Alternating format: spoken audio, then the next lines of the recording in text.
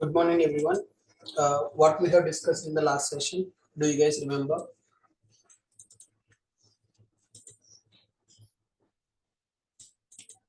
What we discussed in the last session, do you guys remember?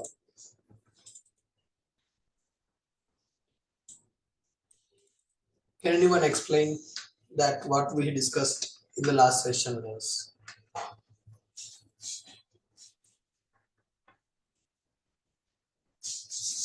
Can anyone explain about that, what we discussed in the last session?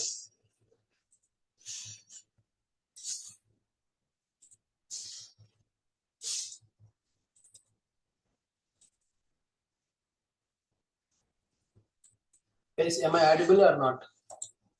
Yes, sir, you are audible. Yeah, can anyone tell me what we have learnt in the previous classes? Yeah, we were discussed about the JSON, why JSON is required. Yeah, in the last session, we discussed about what is a JSON and why we need to go for JSON, how to convert Java object to the JSON data, what is a Jackson API, what is a JSON API, and we also discussed the architecture, how consumer application will communicate with the provider application, how many times that JSON data will be converted to object and the object data will be converted to JSON data. And also we discussed about the most important part for API development, which is HTTP protocol. So we discussed about what is the HTTP protocol and why we need to use HTTP protocol and what are the HTTP methods available, what are the HTTP status codes available, what is the purpose of those status codes, okay, and what is Postman, how to send a request to the URL by using Postman, what is HTTP request structure, and what is HTTP response structure also we understood. HTTP stands for Hypertext Transfer Protocol, which is used as a mediator between client and server. That means when consumer and provider is communicating, HTTP protocol will be used as a mediator. Consumer application will send the HTTP request to the provider application. Provider application will send HTTP response back to consumer application. Consumer will convert object to JSON, will send to the provider. Provider will convert JSON back to object and will execute the logic. After logic is executed, provider will convert the response object to JSON and will send to the consumer. Again, consumer will convert that JSON data back to Java object. So to transfer the JSON data from consumer to provider, provider to consumer, we are going to use HTTP protocol. Okay, HTTP is a stateless protocol, nothing but whatever the conversation happened between the consumer and provider, it cannot remember that. Whatever the conversation that is happened between the consumer and provider cannot be remembered by HTTP protocol.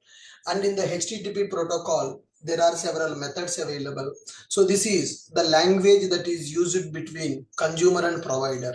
Consumer will send a GET request. Consumer will send GET request or POST request or PUT request or patch request or delete request. GET means it is used to get the data from the server. POST means it is used to send the data to the server.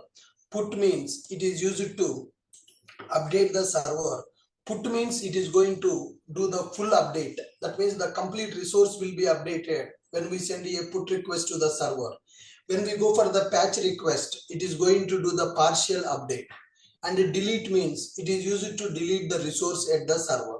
So like this, there are several HTTP methods available. By using these methods, client will send a request to the server. Consumer will send the request to the server. When client send a request to the server, server will send the response back to the client by using some HTTP status codes. What are the HTTP status codes available? 1, 2, 3, 4, 5 like that categories are available. 1 represent it is information related status code. 2 represents it is success. 3 represents it is redirection. 4 represents it is client error. 5 represents it is server error.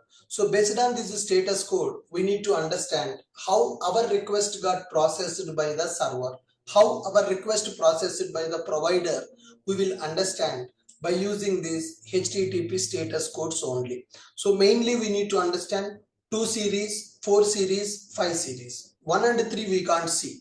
2 series nothing but it is a successful. Whatever the request we sent to the server processed our request successfully.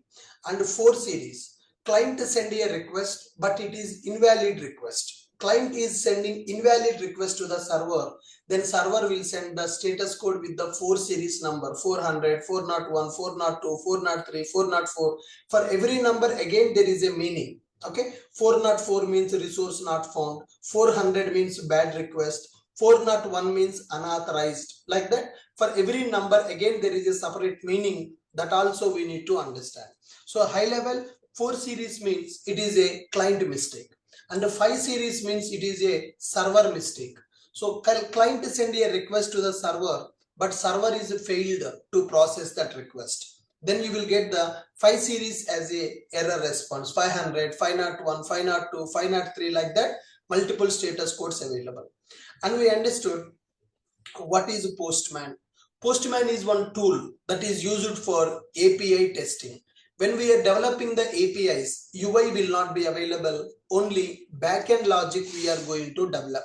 Then how to test our backend logic is working as expected or not. That's where we are going to use Postman software. So what is the meaning of this Postman? Postman is one of the most popular tool used by the developers to test the APIs. So my API is developed, my provider application is developed. In that, get method, put method, post method, delete methods are available. So in order to send all those HTTP methods, we can go for Postman tool. Okay, so by using that we can debug how our API is working, where is the problem in the API, what is the root cause of the problem, all those things we can understand with the help of Postman. So if you see, I have given one dummy endpoint URL. So one provider application URL I have given for you for testing. So we are sending get request to this URL, no headers, no body. I'm sending a request, get request to this URL. I'm not passing any headers, I'm not passing any body. Okay. Then I got some response. I got some quotation as a response, and the response status code is available. So here we need to understand how the request is going to the server, how the response is coming from the server. This is HTTP request structure, and this is HTTP response structure. In the HTTP request, if you see in the Postman, method is available. What type of request you want to send? Get or post or put or patch or delete. Get request I want to send. And to whom you want to send? Resource URL, provider URL. So get request, provider URL. So that is the first part in the request. Then headers. You can pass some metadata. You can pass some security tokens also as part of the header. And the next one, body. So here you can see body is available.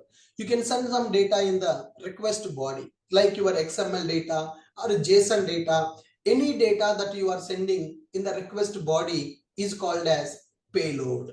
Okay, fine. So then we got the response also. In the response, we got the status code, we got the status message, response metadata, response headers, and response payload. IRCTC will send passenger data in the request body. That is a payload. IRCTC will send passenger data in the request body as a payload. Sorry, Make My Trip will send the passenger data.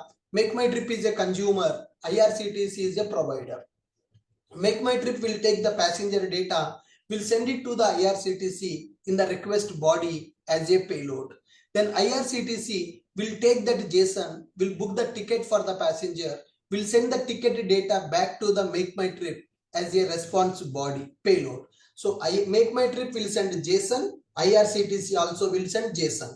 Request body, response body. The request body, response body is representing payload. What is the meaning of a payload? Any business data that we are sending from one application to another application is called payload. Make My Trip will send passenger data as a payload. That is a business data to book the ticket. IRCTC will book the ticket, will send ticket payload to the Make My Trip. So any data that we are exchanging from one application to another application is called as payload. Are you guys clear? This is what we have learnt in the previous session. This is what we have learnt in the previous session. All of you clear? Anybody having any questions? Today we are going to start the development of the REST API. Before going to learn the development of the REST API, anybody having any questions related to this HTTP protocol? I have shared these notes also in the material. A beautiful material is getting prepared for you. Along with it, earlier, we used to write only the text in the notepad. So you guys asked me to give some Word document along with the notes. So after the class is completed, every day topic I am updating in the material along with the screenshots and I am uploading in the portal. This is very, very useful to refer whatever the topics that we have discussed in the class. Anybody having any questions before going to start the development of our application? So we need to start our REST API development. What is Before going metadata that we to are start saving? our REST API development, do you guys have any questions? Is my voice clear for everyone? I'm not getting any response. Yeah, you are audible, but what is Sunday metadata effect, over here? guys. So all are in the sleeping mode. No voice. Festival effect and Sunday effect. People are in the sleeping mode. No response. They are not responding in the people are not responding in the chat box. People are not speaking also. Hello. Yeah, hi. Hello. Actually, I have a doubt like on metadata. Like, could you elaborate? Metadata means data about the data, sir. That means when I am sending some JSON data in the request, right? I will tell that I am sending a JSON data. In the metadata, I will tell my payload format is JSON. That is metadata. Suppose somebody is sending JSON as payload. Some people may send XML as a payload. So what type of data we are sending in the request body that we can send as a metadata in the header. My data format is JSON. My data format is XML. And when we are implementing real world REST APIs, security will be implemented. The security tokens, so username, password, any JWT token, OAuth tokens, we are going to send in the request header. In order to identify who is sending this request, provider should identify which consumer sending this request. That consumer identity, consumer metadata, we are going to send in the request header as a key and value. Metadata nothing but data about the data. Who is sending this data, in which format they are sending the data, that can be represented by using request header. You got my point? Yeah, thanks. Okay, so very good. Now let us start the API development, guys. In order to develop the REST API that we already understood, there are two actors available. Okay, there are two actors available in the API development. So always the REST API development is going to start from the provider side. Okay, when you are going to learn any REST API development, always we need to start the development from the provider side. That means the application which is giving the services to other application is called as a provider application. So always we need to start the development from the provider side, because if some application is providing the services, then only other application can consume the services. So that's why always our REST API development will start from the provider side. In order to develop the provider application, we are going to use several annotations. Okay, so one of the main important annotation that we are going to use for the provider development, that is @REST controller. Okay, if you want to develop a REST API in the Spring Boot, the most important part that we need to know is REST controller development. Earlier, we have developed web applications by using controller annotation. But from now onwards, we are not going to use controllers. We are going to use REST controllers. From now onwards, we are going to use REST controller. Sir, what is the difference between controller and REST controller? Controller is used for C2B communication. So if you want to develop a application with the user interface, if you want to develop a web application with the user interface, then you need to go for controller concept. But when you are developing B2B application, business to business application, then we need to go for REST controller. REST controller means it will take a HTTP request, it will give the HTTP response. It will take JSON as the input, it will give JSON as the output. There is no UI. Controller plus response body is equal to REST controller. So when you want to develop a REST API, always we need to start the development from the provider side. How to develop a provider? To develop a provider, we are going to use one annotation. That annotation is REST controller annotation. What is the purpose of REST controller, guys? Can anyone tell me? Can anyone tell me what is the purpose of REST controller? What is REST controller and what is the purpose of REST controller? Come on, guys. If you want to return JSON as a response, we use REST control. Yeah, instead of saying that JSON, because it's not mandatory that every time we need to use a JSON, we can use XML also. REST controller means it is used to develop a REST API. It is used to develop a provider. It is used to develop a distributed application. When you want to develop a distributed application, when you want to develop a provider application, when you want to develop a REST API application, then we need to go for REST controller. REST controller is used for B2B communication, business to business communication. Then next one, once we develop the REST controllers, then inside that REST controller, we are going to use HTTP methods, guys. So we need to map our REST controller methods to GET request. To map your method to GET request, GET mapping. To map your request to POST request, we have POST mapping. Then similarly, we have put mapping. Then we have patch mapping and we have delete mapping. Okay.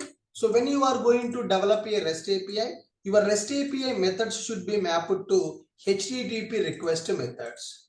Your REST API methods will be mapped to HTTP request methods. To map our REST API methods to HTTP request method, we are going to use GET mapping, POST mapping, put mapping, patch mapping, delete mapping. Every REST API method should be mapped to HTTP method. Then only consumer can send a request to that method by using HTTP protocol. So how to map our method to GET method? GET mapping, POST mapping, put mapping, patch, delete, like that. There are annotations available. By using these annotations, we can map our REST controller methods to HTTP protocol methods. So remember, when you want to develop a distributed application, then you need to use REST controller annotation. This will represent your Java class as a Spring Bean and as well as a distributed component.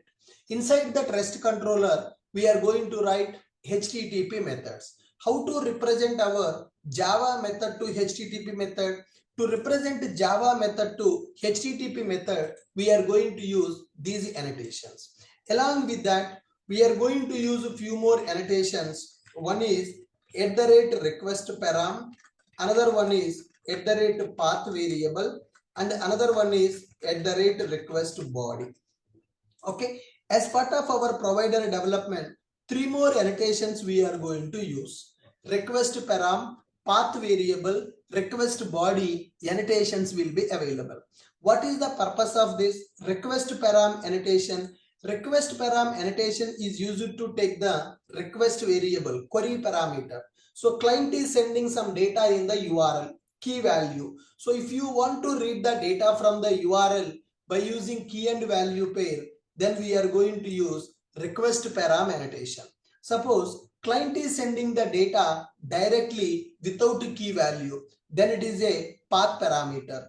To read the path parameter, we are going to use an annotation called path variable. Request param annotation is used to read the query parameters.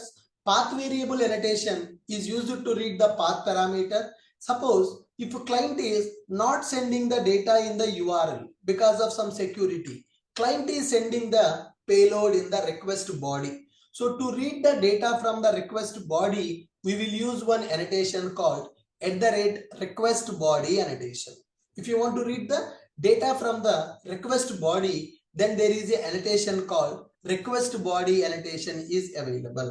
So if you want to develop a provider, if you want to develop a REST API by using Spring Boot, then you need to use these annotations. One is a REST controller, another one is get mapping, post mapping, put mapping, patch mapping, delete mapping. Okay, so REST controller is used to represent our Java class as a distributed component, and these are the HTTP methods available in order to map our REST API methods to the protocol methods. And these methods, these annotations available to read the data from the client application. Client is sending some data to the provider. Some clients may send data in the URL as a query parameter, as a path parameter. If a client is sending the data in the URL, to read that data, you can go for request param, you can go for path variable. If a client is sending the data in the request body, to read the data payload, basically I told you, client may send the data in the payload. If anybody is sending the data in the payload, then to read the data from the payload, we will use an annotation called request body annotation. So if you want to develop a provider, I mean to say, if you want to develop a REST API, these annotations we are going to use. REST controller, get mapping, post mapping, put mapping, patch mapping, delete mapping, request param, path variable, request body. So total there are 9 annotations available. So the complete REST API development we will do by using these 9 annotations only. REST controller, it is used to represent our Java class as a Spring Bean. Not only Spring Bean, it will make our class as a distributed component. One of the famous interview question, what is the difference between controller and REST controller? Controller is used for C2B communication. REST controller is used for B2B communication. Controller will return the view page. REST controller will return the direct response. So REST controller is used to represent our Java class as a Spring Bean, and it will also make our Java class as a distributed component, providing the services to other application. It will make our application as a provider if the REST controller is available. Inside that REST controller, you can write a lot of methods. Every method in the REST controller should map to HTTP protocol. How to map REST controller methods to HTTP protocol? Get mapping, post mapping, put mapping, patch mapping, delete mapping. If a client want to get the data from the server, get mapping. If a client want to send the data to the server to insert a new record, post mapping. If a client want to update the record, complete record update, put mapping. If a client want to do the partial update, then patch mapping. If a client want to delete the record, delete mapping. Similarly, client is sending a request to the server. In the request, client is sending some data in the URL as a key value, query parameter. To read the data from the URL, query parameter, request param annotation. If a client is sending the data in the URL as a path parameter, then path variable annotation, path variable annotation. If a client is sending request with request body, client is sending payload like passenger data or bank account information, something. Client is sending some data in the request body. To read the data from the request body, we are going to use one annotation called @request body annotation. So if you know the purpose of these annotations, then developing the REST API is very easy. Are you guys able to understand how to develop a provider? What annotations we are going to use to develop a provider? Yes, Are sir. you guys clear? What annotations we are going to use to develop a provider? Come on, can someone read the annotations I have listed down? Can Yes, sir. someone read out? It is a REST controller, Yes. get mapping, post mapping, boot mapping, dash mapping, then delete mapping, and request parameter, request param, then path variable, request body. So these are the annotations. Yes. Can you tell me the purpose of these annotations also? Yeah, sir. REST controller we are using for developing our REST API, like provider API we can create using the REST controller, and through that we can send request like a client can send request to the provider and get response through REST API. We are using that REST controller, and for that creating REST controller, we are using multiple annotations. Those are get mapping. Get mapping we are using for getting data from provider API, like from provider if REST API, if we want to get data, we are using get mapping. Then post mapping, post annotation we are using when we want to create like any record inside the provider database, like new record. If you want to create, then we are using post. Put we are using for updating the records, like full record. If we want to update, then we are using put. Patch means a partial updation, like any particular field column we want to update means we are using patch, like how many fields we want to update us. Some fields we want to update means we will use put. Then patch, sorry, patch. That one patch. Delete means if we want to delete existing like record, we want to we will use delete method. Then for us request forum we are using for query parameter we are using for request forum. Path variable we are sending through like data through URL we are using. I have also doubt on path variable. Then a request body we are through body we are sending data. Whatever the payload client is sending, to Yes. read the payload given by the client. In the HTTP request, client will send the payload. To read the payload data, we are going to use request body annotation. Yes, sir. Yes. Okay. Next up, once the provider development is completed, guys, so this provider can be tested. There is no UI, it's completely backend application. Once the provider development is completed, we can test that provider by using a tool called Postman. Okay, good. Next one, once the provider development completed, we will go for consumer development. So what is the meaning of consumer? So the application which is accessing the services from other applications is called as a consumer application. So provider and consumer. Consumer application will send the request to the provider. Provider application will send the response back to the consumer. So who is a mediator? HTTP protocol we will use as a mediator between this consumer and provider. So consumer should send the HTTP request to the provider programmatically. As of now, we are sending the request by using browser. So now suppose if you go to Google and if you type google.com, that means you are sending one HTTP request to the Google server and you got the web page as a response. When you go for B2B applications, right?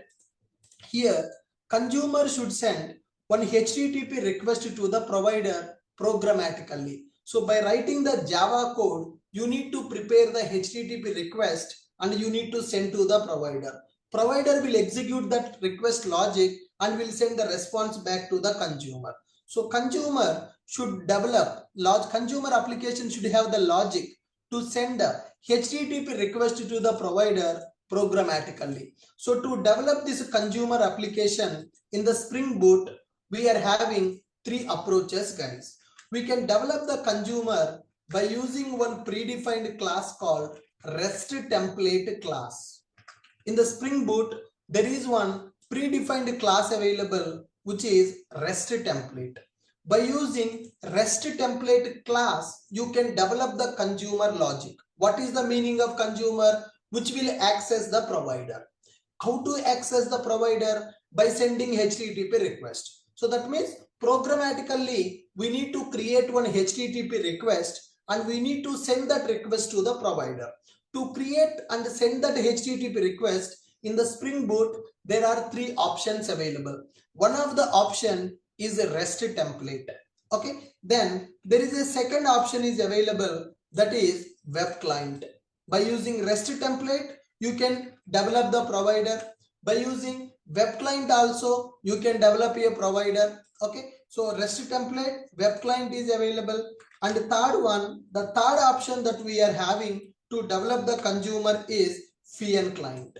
So when you go for microservices, then we are going to use FIAN client approach to develop the consumers. So to develop a provider, REST controller is available. Inside that REST controller, some annotations we are going to use. Then how to develop a consumer? Consumer means the application which is accessing the services from other applications. In order to develop the consumer, we are having three options. What are those three options? One is called REST template, another one is called web client, third one is called FIAN client. So what these three components are going to help us, how they are going to help us? By using REST template, by using web client, by using FIAN client, we can create one HTTP request and we can send that HTTP request to the provider application. In the interview, they will ask these questions also. Can you tell me what is the difference between REST template and web client? What is the difference between REST template and web client? What is a FIAN client? Can you tell me what is FIAN client? When we need to use FIAN client?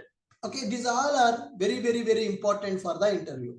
What is the difference between REST controller and controller? What is the difference between request param and path variable? What is the difference between get mapping, post mapping? What is the difference between put mapping and patch mapping? What is the difference between REST template and web client? What is the purpose of FIAN client? Lot of important topics, very important. Lot of interview questions will come from these topics here.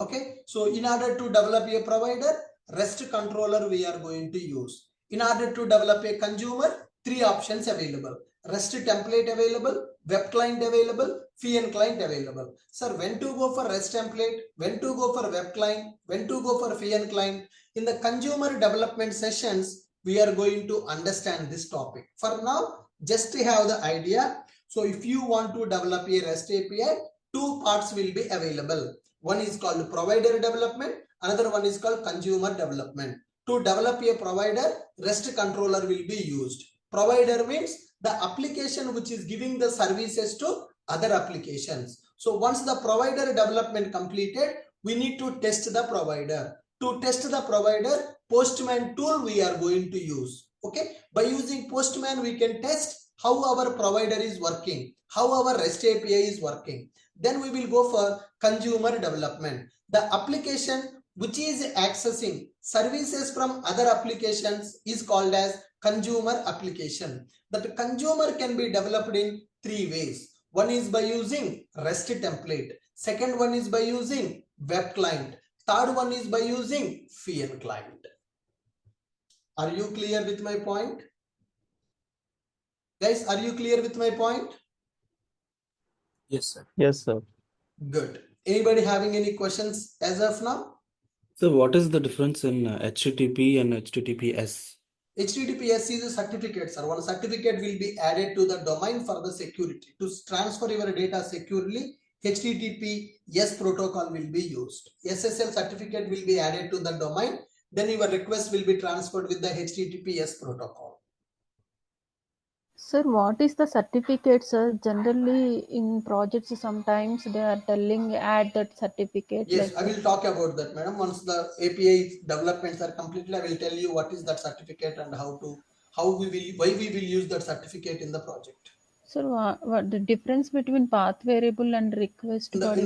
Just for now, remember the annotation name. So practically, we are going to see what is the difference between them. Okay, sir.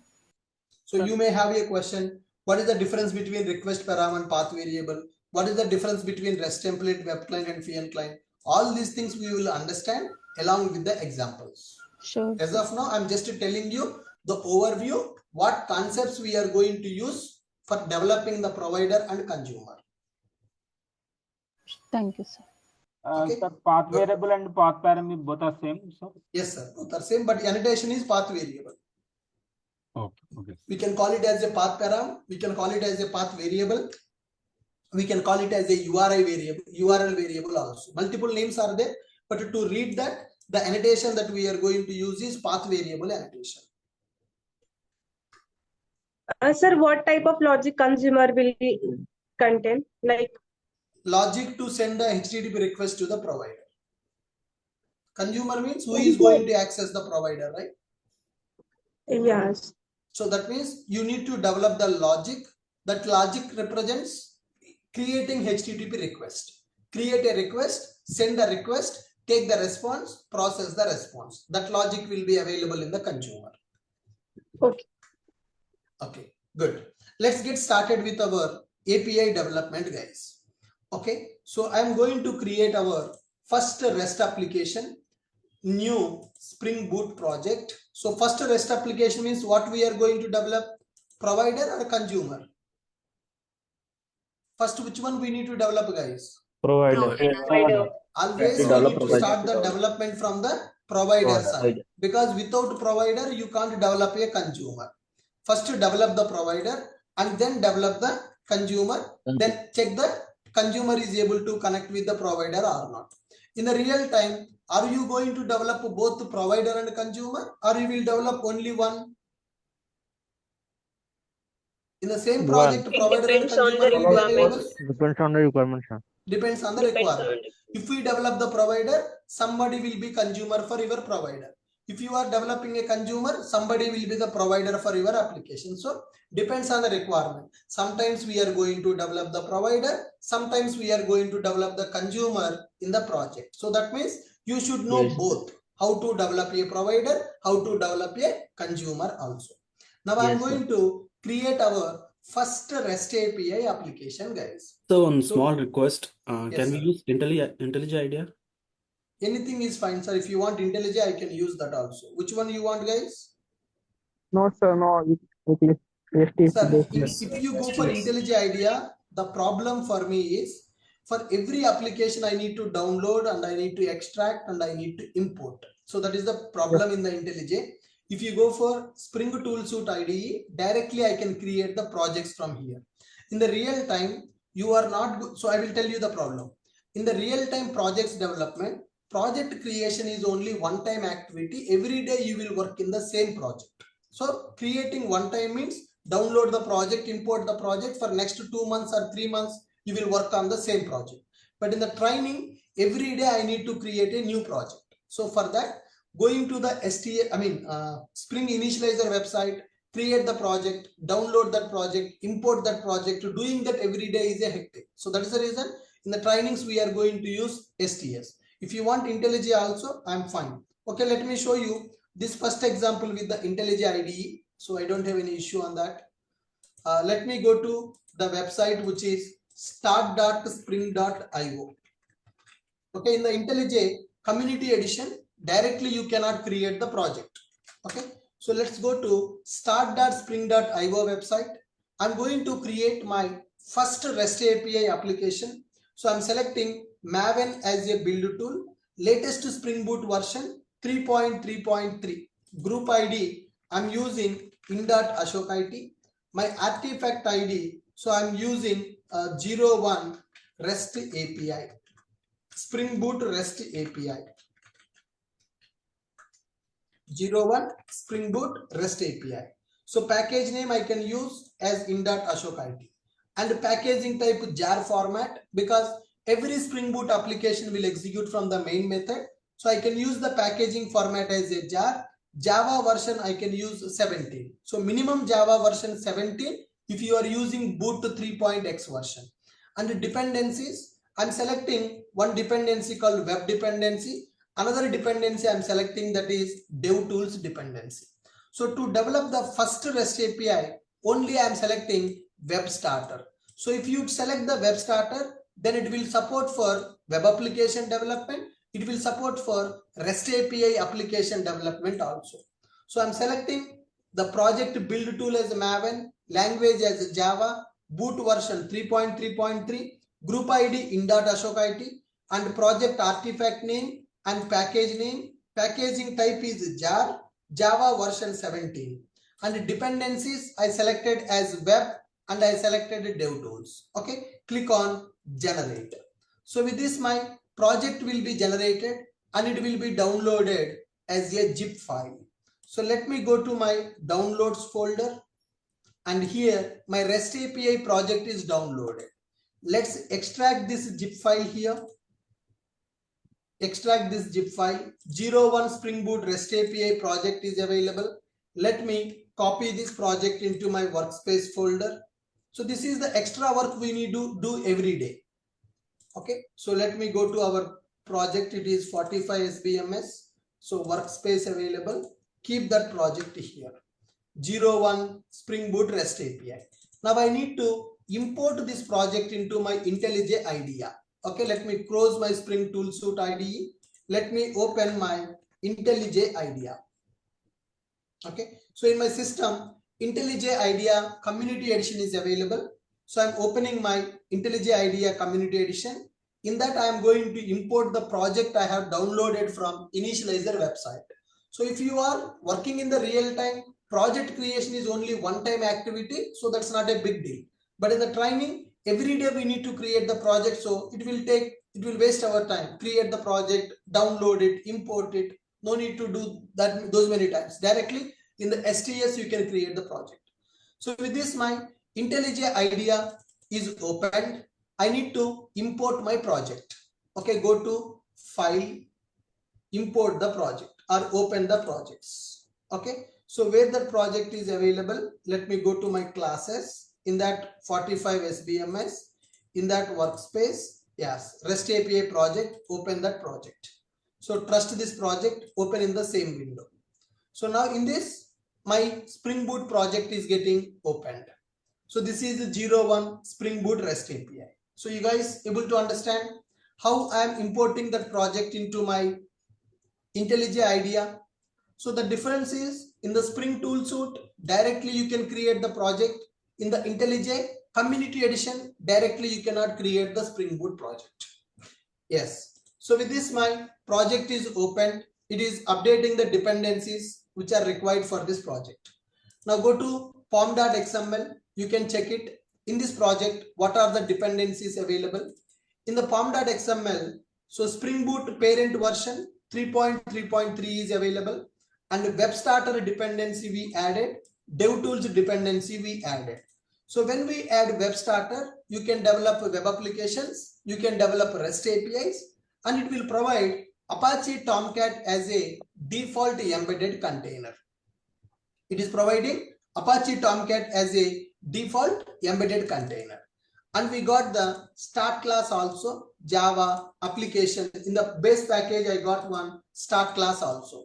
It is the entry point for our boot application execution.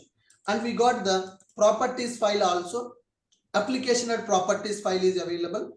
Any configuration that you want to modify, you can configure in this properties file. Good. So currently there is no logic available, just a start class. Let us verify, is this project is getting started or not, and any problem is there. Just for testing purpose, I'm checking my application is getting started or not. I'm running this. So Tomcat server should start with the port number 8080. If application is getting started, then we are good. We can start developing the provider logic. So application is getting started. Let's verify this. Banner is printed. Boot application started. No profiles are available. So it is going with the default profile. Root web application context is created. That means IOC container started. Server is also started. Tomcat server default. Server we are getting. It is starting with the port number 8080. Okay, we are good. Let me stop it. Then once your application is getting started, our project is ready. Now I need to create the provider logic. That means I'm going to create the REST controller. So go here, new Java class. So I'm going to create one new Java class here. That Java class name, I'm going to give that class name as message REST controller, anything. Okay, you can create a new package also. in.ashok ID is available, new package. Okay, I'm creating the package name as dot controller. in.ashok.it controller package I created. Remember, when you are creating the packages, we need to follow base package naming convention. Excuse me, guys. So when we are creating the packages, we need to follow base package naming convention. In.ashok.it is base package. All the remaining packages also should start with the same name. So I'm creating controller. So controller, inside that controller, let me create one Java class. So I'm creating message REST controller. You can give any name. I'm giving the name as message REST controller. My class name I'm giving as message REST controller. So this is a normal Java class now. I want to represent this class as a REST controller. Okay, I want to represent this class as a REST controller. In order to represent this class as a REST controller, we are going to use one annotation called @REST controller annotation. We are going to use one annotation which is @REST controller annotation that will represent our Java class as a distributed component. It is going to represent our Java class as a distributed component. REST controller is a class level annotation. So if you go to REST controller annotation, you can see that it is the combination of controller plus response body. Can you see this one? Can you see this one? What is the meaning of REST controller? It is the combination of controller plus response body annotation. It is a combination of controller plus response body annotation. Okay. Now let me go for settings. Increase the font size for you. Appearance. Font size. Where is that? Theme is dark. Okay. Font size I want to increase.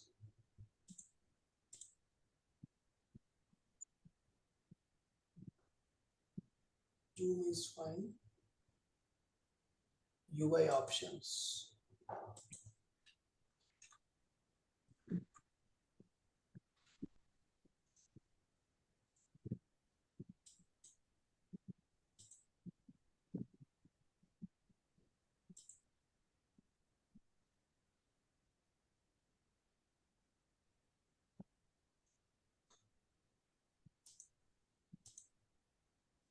Where is the font size, guys? Left side logo starting with Font. Yeah.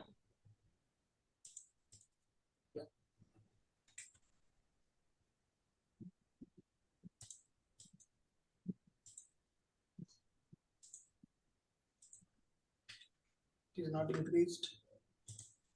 File settings, appearance, editor font. 35 I have given. Okay, but still it is not increased.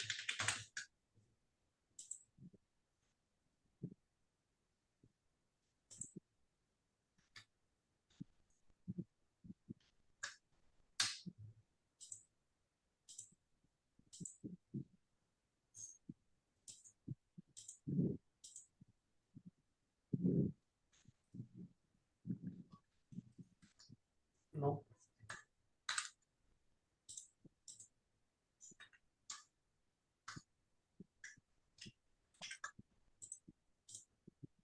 Is my font is visible for all of you?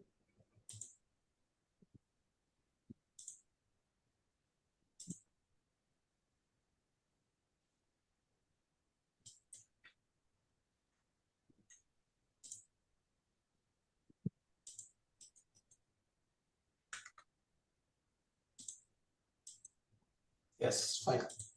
So with this, we are able to create one Java class. That Java class name I'm taking as a message REST controller. Is it clear now? Is my font visible? Yes, sir. It's visual. Is this font visible now? Yes. So we are taking one class with a name called message REST controller. As we discussed, when you want to develop a provider, the very first thing that we need to use is a REST controller.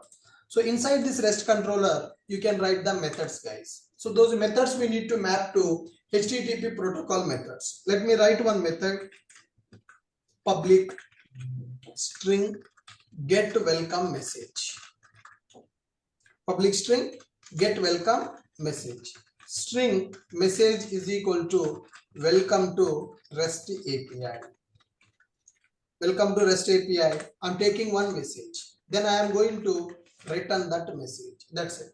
Okay. So here I'm writing one method, get welcome message method. I'm writing that method is returning a string. So this is normal Java method. This is normal Java method. We need to map this method to HTTP protocol method.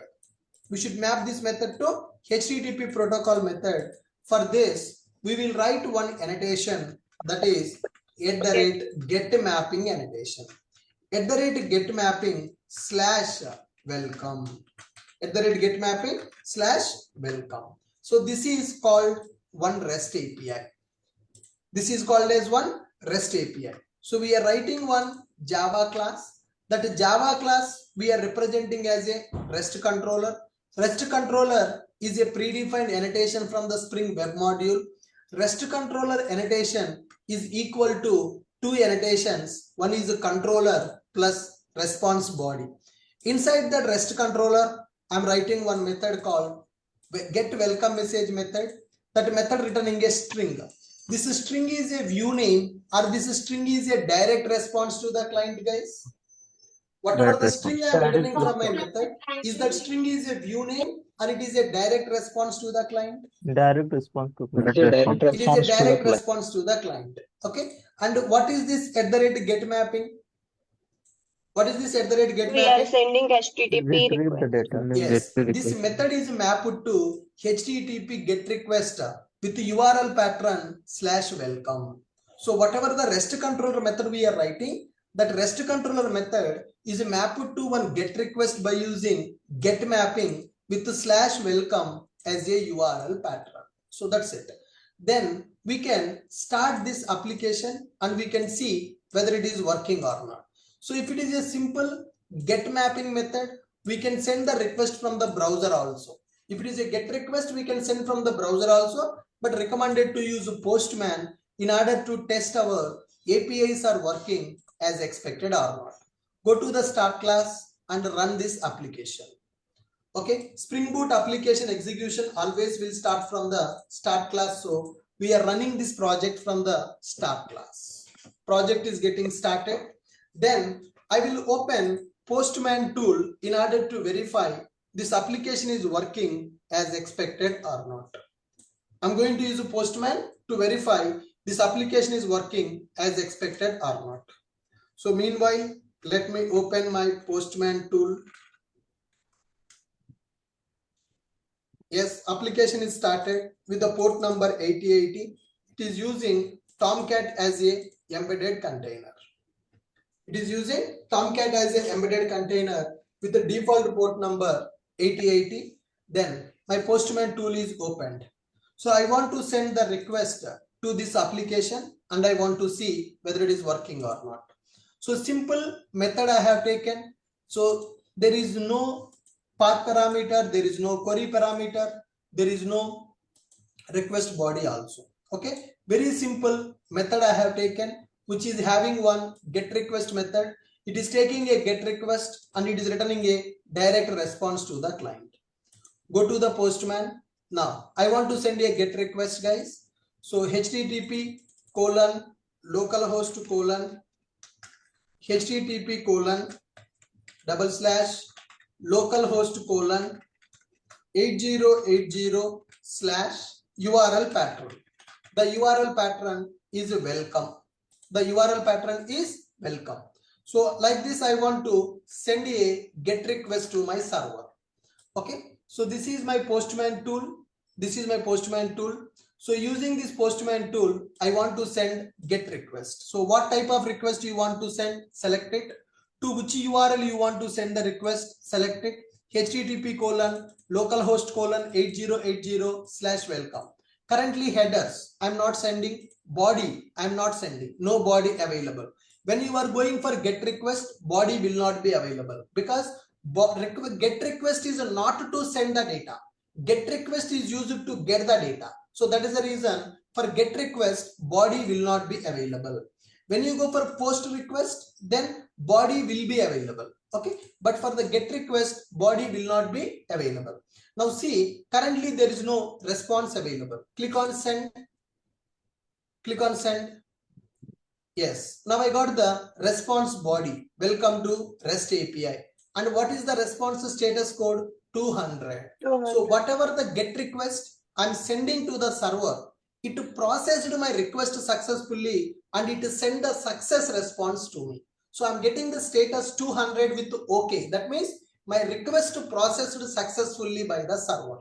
Provider application is processing the HTTP GET request successfully. That is the meaning of this 200. So when we send a GET request, I'm not sending any headers, but some default headers are going. These are the some default headers, some postman token, host, agent, accept, like this. Some default headers are going, but body is not available. And I'm sending a request. So that means it is sending one HTTP GET request to the server. Localhost colon 8080 with a /welcome. It has given me some response body. Welcome to REST API is the response body I am getting with the status code 200 I am getting.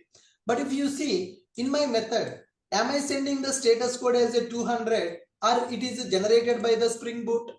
What my method is returning here, guys? Come on. It is only returning message. We are only returning the message. So here, when you see the response, only message is coming, status code is also coming. The status code. And how that status code is coming as a response? Who is sending that status code? Get mapping annotation. In the background, dispatcher servlet is preparing the response along with the status code.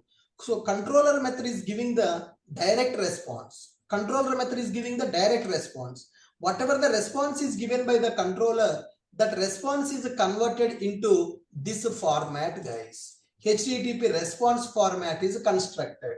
HTTP status code, HTTP status message, what is metadata, what is business data. My controller method is just returning one string.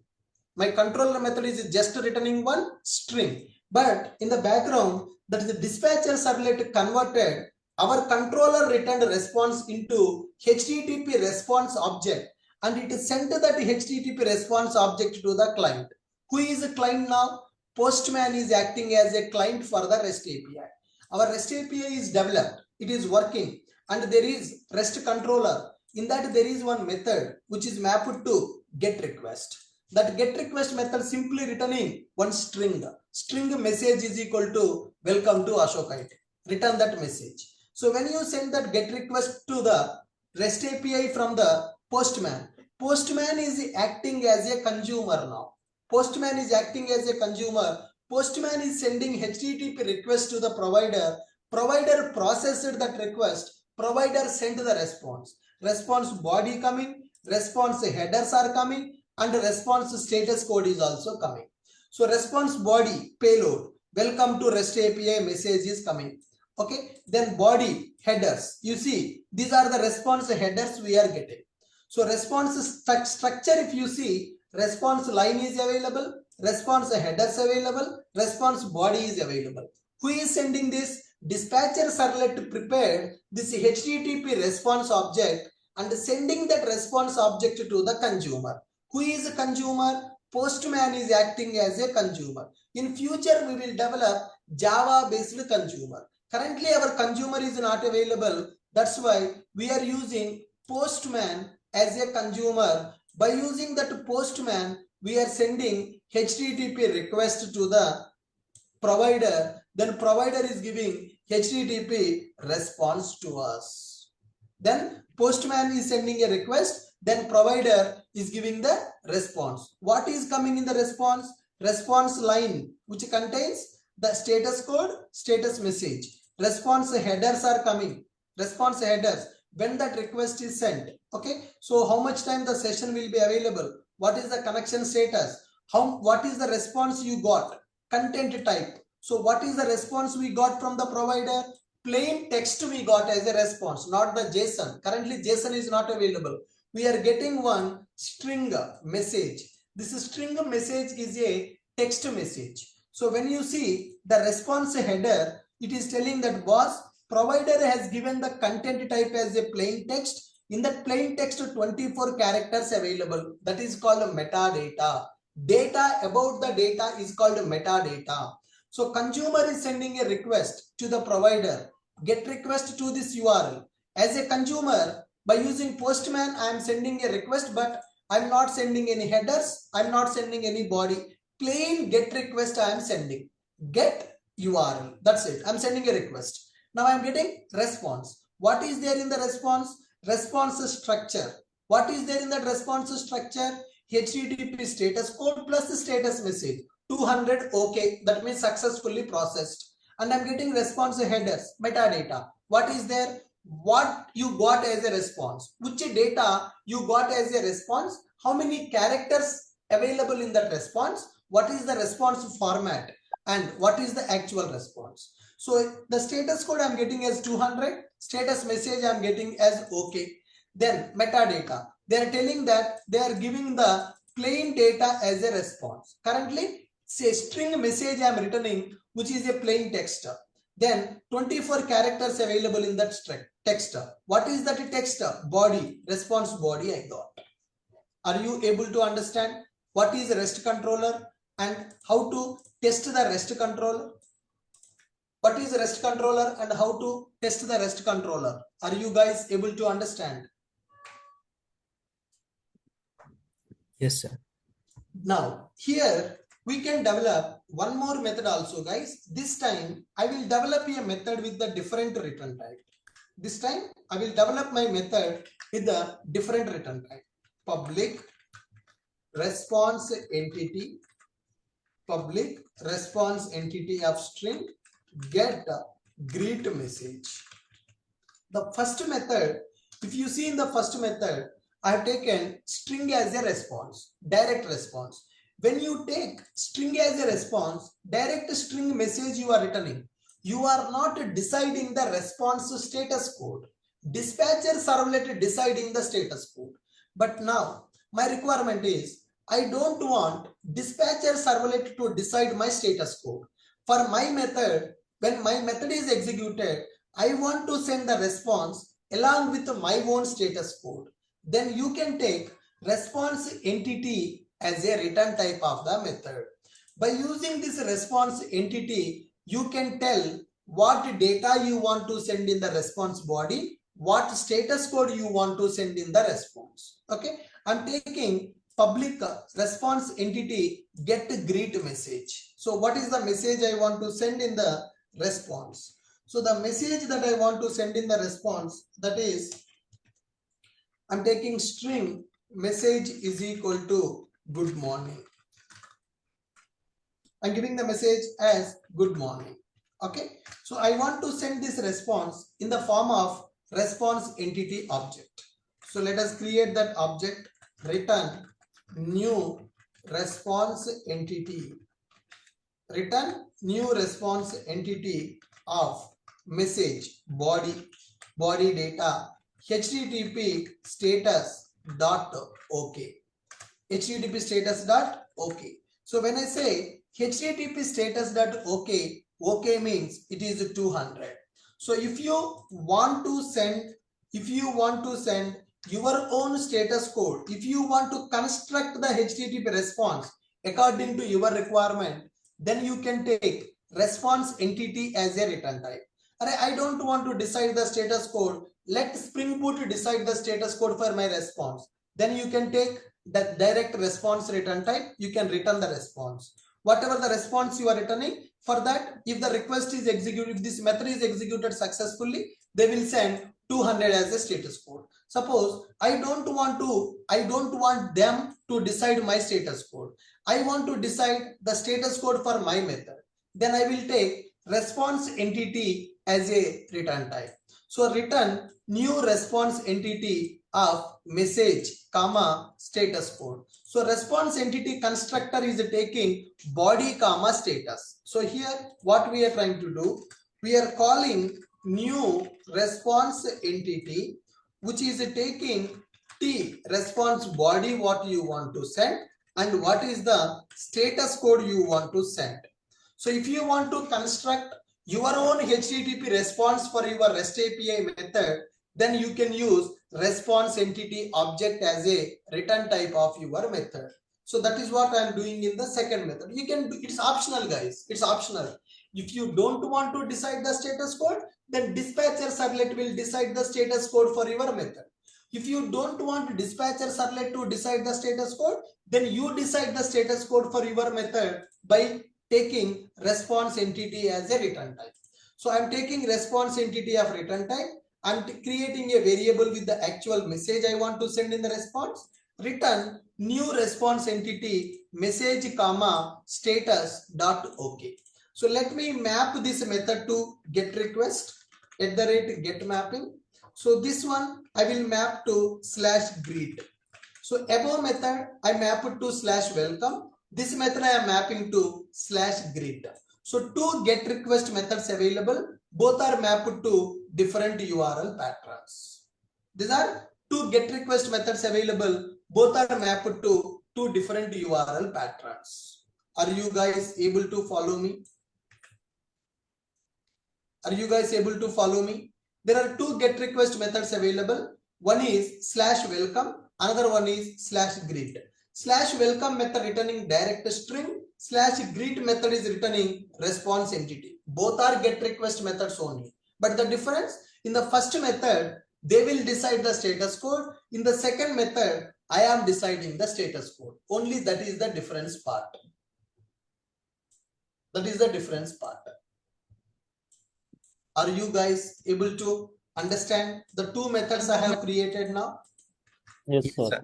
What is the difference between the first method and second method? Functionality wise, any difference is there? No, sir. Functionality wise, any difference is there between the first method and second method? No. Functionality wise, there is no difference between the first method and second method. Then what is the difference between first method and second method?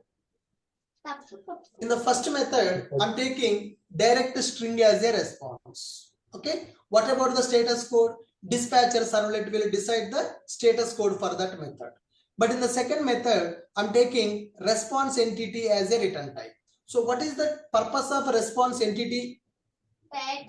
Programmer will decide the Body and status code for the method. Okay. Now let me start this application.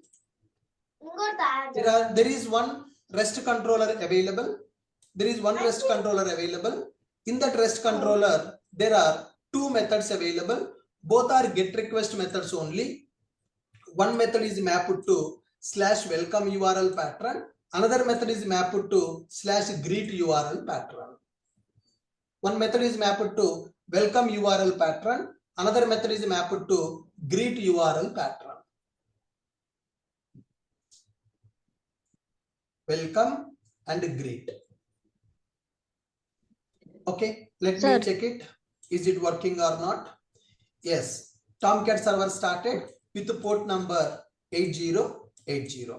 Now go to Postman, get welcome. Yes, I'm getting the response. Welcome to REST API. Status code I'm getting as a 200. Now let me send another get request /greet. Click on /greet URL send request. Now I am getting good morning as a response with the status code 200. Both are same. One is welcome request, another one is greet. So when I send the request with the /welcome, get request /welcome, I got the response, welcome to REST API, status code is 200, body, headers also available. Text, plain text we are getting as a response. Response content type, that means provider is giving plain text as a response to the consumer. Provider is giving plain text as a response to the consumer. Now similarly, let's go for greet, send the request. Now we got the response. This time also plain text we are getting as a response, but content length is only 12 characters. And body you can see response body, response headers, response status code. So we are able to send greet request, get greet, we got the greet message. Get welcome, we got the welcome message. So like this we can use the Postman to test our REST API. So can we consider Postman is acting as a consumer now. Can we consider that Postman is acting as a consumer now? Yes, Yes, sir. sir. Yes, Postman is acting as a consumer now. Okay, so we are sending a simple get method message, string message we are returning. For example, my method don't want to return just a string, guys. My method want to return one user data. My method want to return one book data, employee data, ticket data. So let me create one more REST controller in the same project. Okay, so this time I'm going to create one new Java class. I'm going to take the class with a name called one book class. One book binding class I'm taking. Book class I'm taking. In this book class, I will take private integer book ID, private string book name, private double book price. Okay, so 3 variables I have taken. Let me generate setters and getters for these variables. Generate both getters and setters for these variables. Okay, only for one variable. For all the variables, generate getters and setters for all the variables. Click on OK. So for all these variables, setter methods and getter methods are generated. If you want, you can generate a toString also. Generate toString method also to print the content of the object. Okay. So with this, our Java class is ready. I'm taking one book class. In this class, I'm taking 3 variables: book ID, book name, book price. You can generate a constructor. Generate one constructor also we can generate. Constructor with variables you can generate. Parameterized constructor and default constructor also you can write it. It's up to you. Instead of doing all these things, simply we can use the Lombok also. So one zero param constructor is available, one parameterized constructor available, setter getter methods available, toString method is also available. That's fine. So simple. I have taken one Java class with a name called book. Book class I have taken. Now let me create one REST controller, new Java class, book REST controller. I'm taking a class with a name called book REST controller. Another REST controller. Represent this class as a REST controller. For this, we are using again annotation called REST controller. Can anyone tell me what is the purpose of REST controller? Can anyone tell me To what is create the the purpose REST of REST API controller? application. To represent our Java class as a Distributed Yes, REST it is API. used to represent our Java class as a Spring Bean, and it will represent our Java class as a distributed component also. It is representing our Java class as a distributed component. Now, inside this book REST controller, I will write one method, public response entity. Can anyone tell me what is the purpose of response entity? Can you tell me what is the purpose of response entity? We decide the HTTP. Developer need to customize the response body and the status code. Yes, developer want to customize the response body and status code. Now I am taking book as a response return type. Okay, get book. I'm writing one method, get book. Create one book object. Book B is equal to new book. So there is a parameter constructor available, 101 Java. The price is some 1250, something like this. I created one book object. Now return the response. Return new response entity of B comma HTTP status dot OK. OK means 200, guys. HTTP status dot OK. Import this HTTP status dot OK. OK means 200 status code it is going to return. Now let us map this method to the get request. Let us map this method to the get request by using one annotation @get mapping. The URL is /book. Are you able to understand book REST controller method that I have created now? Are you guys able to understand? Book REST controller method I have created now. Yes, sir. What Yes, this sir. method is returning now, guys? Book REST controller method. What this method is returning now? Book class object. It is returning book class object. So in the provider application, we are returning book object. Is it recommended to return the object to the consumer? Consumer will understand the Java object, or consumer cannot understand the Java object? Cannot understand. Because consumer will be developed by using only Java, or consumer can be developed by using any other technology also. Any other technology. Consumer will be developed with only, our provider is Java. We are developing a REST controller with the Java. So consumer will be developed by using any other technology. So I'm returning object as a return type. I'm returning response entity book object with the status as OK. Now let me run the application and let me check it. What is going to happen?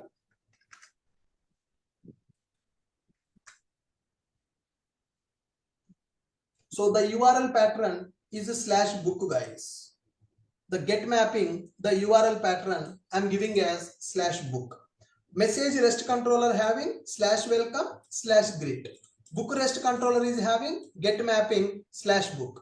Message REST controller methods are returning string as a response. String is nothing but plain text only. But book REST controller returning book object as a response. Response entity book with the status code as OK, that means 200. Go to postman /greet. We are getting the greet message, which is a plain text. Then /welcome. We are getting welcome message as a plain text. Welcome message as a plain text. Now let's understand. I'm sending a get request with the /book. Send that get request to the /book. What we are getting as a response? JSON data. We are getting plain text as a response. We are getting object as a response. Or we are getting JSON as a response. JSON as a response. We are getting JSON as a response. Go to the response headers. What is the content type? What is the response we got from the provider?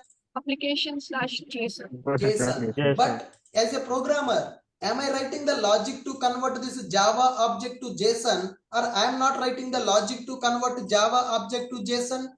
Not writing. Then how that object is converted to JSON? Dispatcher solver. Dispatches Spring are Boot is taking care of that, because converting the Java object to JSON is only my project requirement, or it is a universal requirement? Universal.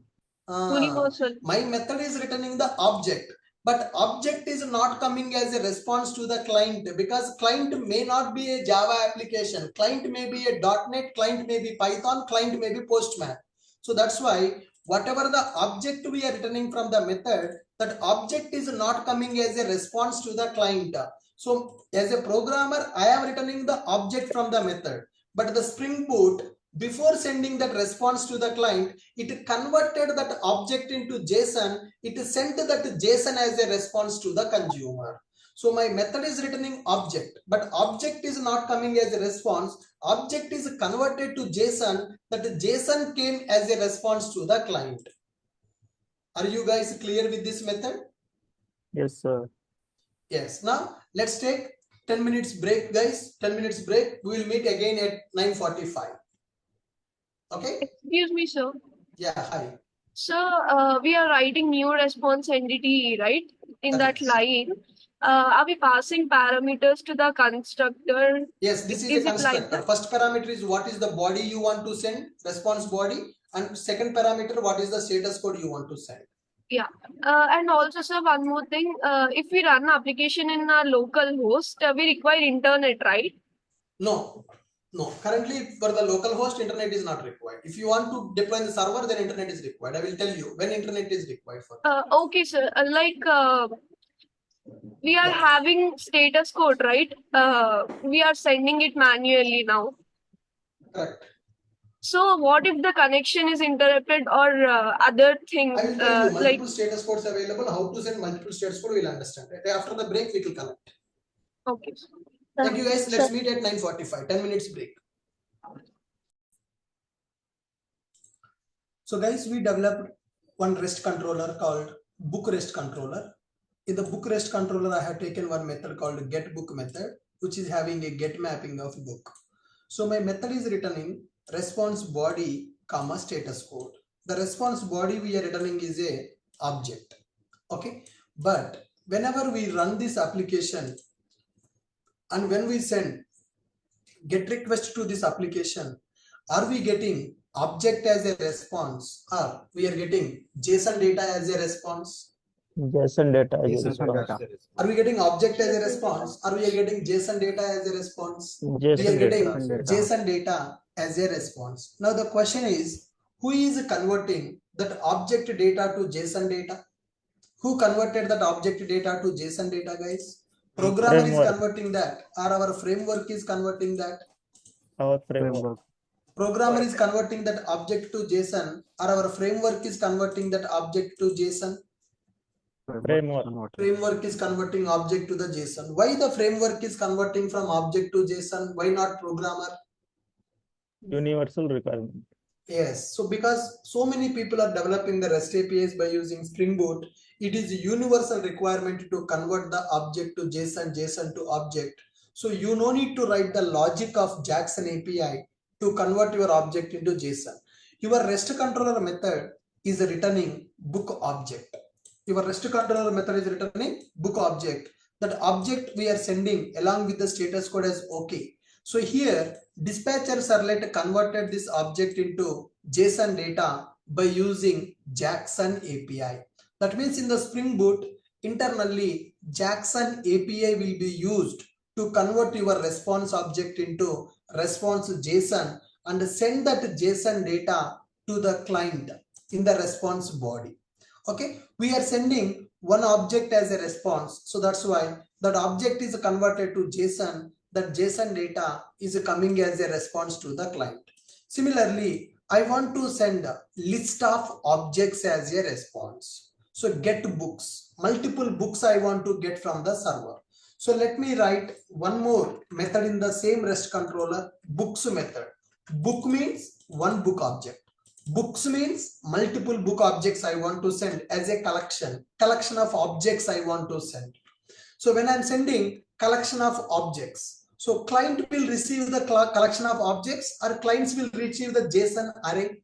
Our one object will be converted to JSON. When we are returning one book object, it is converted to JSON, that the JSON sent to the client. If you are sending list of objects, then your objects will be converted to JSON array, that the JSON array will be sent to the client. Okay, so let me write this method now. Public, I'm taking response entity, list of books. This time I'm taking my return type as list of books. Java.util list of books. Guys, so don't import AWT package book object. You need to import user defined book object. Sir, your ID is not visible to ID us. is not visible. Not visible, huh? Okay. Is it visible now? Yes, sir. Yes, it's sir. visible. Is it visible now? Yes, sir. So I'm Yes, trying sir. to write one more method, that is public response entity. Public response entity class I'm taking. Return type I'm taking list, Java util list I'm taking, with book return type I'm taking. So I'm writing one method called get books method. It is responsible to return list of book objects. Okay, so let me create multiple book objects and let me convert them into one collection. Book B1, book B2 and B3. B1, B2, B3. So like this I'm taking 3 book objects. I want to send them as a collection. 102, 103, Java, Python, DevOps. Okay, so 1250, 2250, 3250, something like this. I'm taking 3 book objects. Now 3 book objects I want to add to a list. So to add them to the list, I'm taking one method, arrays dot as list method, b1 comma b2 comma b3. 3 objects will be converted to one list object here. Arrays dot as list b1 b2 b3. Let me store that into a variable. So I got the books list here. Let me return this books list by using response entity. Return new response entity of books list, comma, http status dot OK. http status dot OK. OK means 200. So this is the method. So my first method returning single book object, my second method returning list of book objects. Let me map this also to a URL pattern. So I'm taking get mapping slash books. I'm taking get mapping slash books URL pattern. I'm taking. So are you guys able to understand the difference between the first method and the second method now? Both Yes, are sir. get request methods only. Both are get request methods only. But the first method is returning single book object. The first method is returning single book object. The second method is returning multiple books in the collection format. So my method is returning object, but provider will not return the object to the consumer. So whatever the object is returned by the method, that object will be converted to JSON, that JSON will be sent to the client. Who is converting our objects to the JSON? That will be taken care by our Spring Boot by using Jackson API. So as a programmer, you no need to write the logic. But do you know? So because I have explained Jackson API before going to start the REST API development. Now, do you know what logic is executing in the background? When I send this get request, how this JSON is coming? Here method is returning object. How this object is converted to this JSON? Do you know what is the logic which is executing in the background? That means internal part. Internally, the Spring Boot is using Jackson API to convert your Java object into JSON, object mapper, write value. What is happening in the background that we know. Actually, we no need to write that logic because Spring Boot will take care of converting the object into JSON by using Jackson API. How that object will be converted to JSON, how the logic will be executed, what code is getting executed in the background, that code we know. So that is the reason before developing the REST API, first I have explained you that Jackson logic. First I have explained you that Jackson logic. Are you able to understand this? Sir, have you imported the Jackson? No need to, sir. We are not writing single line of code related to Jackson. Okay. Whenever we add the web starter, automatically Jackson API will be, Jackson dependency will be added. We are not writing any line of code related to Jackson. Even if you see in the pom.xml also, I am not adding the Jackson dependency because whenever you add a web starter, then Jackson dependency will come by default. Jackson is a part of web starter. Okay. If you check the project Maven dependencies, Jackson will be available. External libraries, Maven downloaded the libraries, right? Jackson library will be downloaded by the Maven. So if you select web starter, then it will take care of that Jackson. Here you see Jackson dependency available. Core Jackson, Jackson data bind, Jackson data type, Jackson dependencies are available. How come the Jackson dependencies are available in the build path? Did I add the Jackson dependency or Maven is downloading the Jackson dependency? Maven downloaded. Why? Because when you add a web starter, Jackson dependency will come by default, and by using that Jackson dependency, it is converting our Java object to JSON. We are not writing the logic to convert the object to JSON. My method is returning object only, but that object converted to JSON, that JSON data sent as a response to the client. Converting the Java to JSON, JSON to Java will be taken care by our Spring Boot in the REST API. As a programmer, you no need to write that logic, but we know how to work with that. So prerequisites, Jackson logic is required, right? So we know what is happening in the background. We know the internally how the Spring Boot is converting object to JSON, JSON to object. But as a programmer, you no need to write that logic manually. Boot will take care of that logic. Now, let's run this application. Book REST controller is available. In this, there is one method called getBook method. Get mapping book is available, which is going to return single book object. And there is another get mapping method, books method is available, which will return list of book objects. Okay, it is getting started.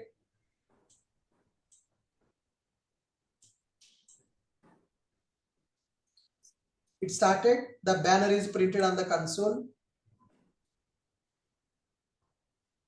Application started with the Tomcat server port number 8080. Clear the console. Go to Postman. If I send a request with the get request with the /book, now I am getting book object in the JSON format. Whatever the book object my method is returning, that object is converted to JSON and we got that JSON. Now tell me, who converted that object into JSON format?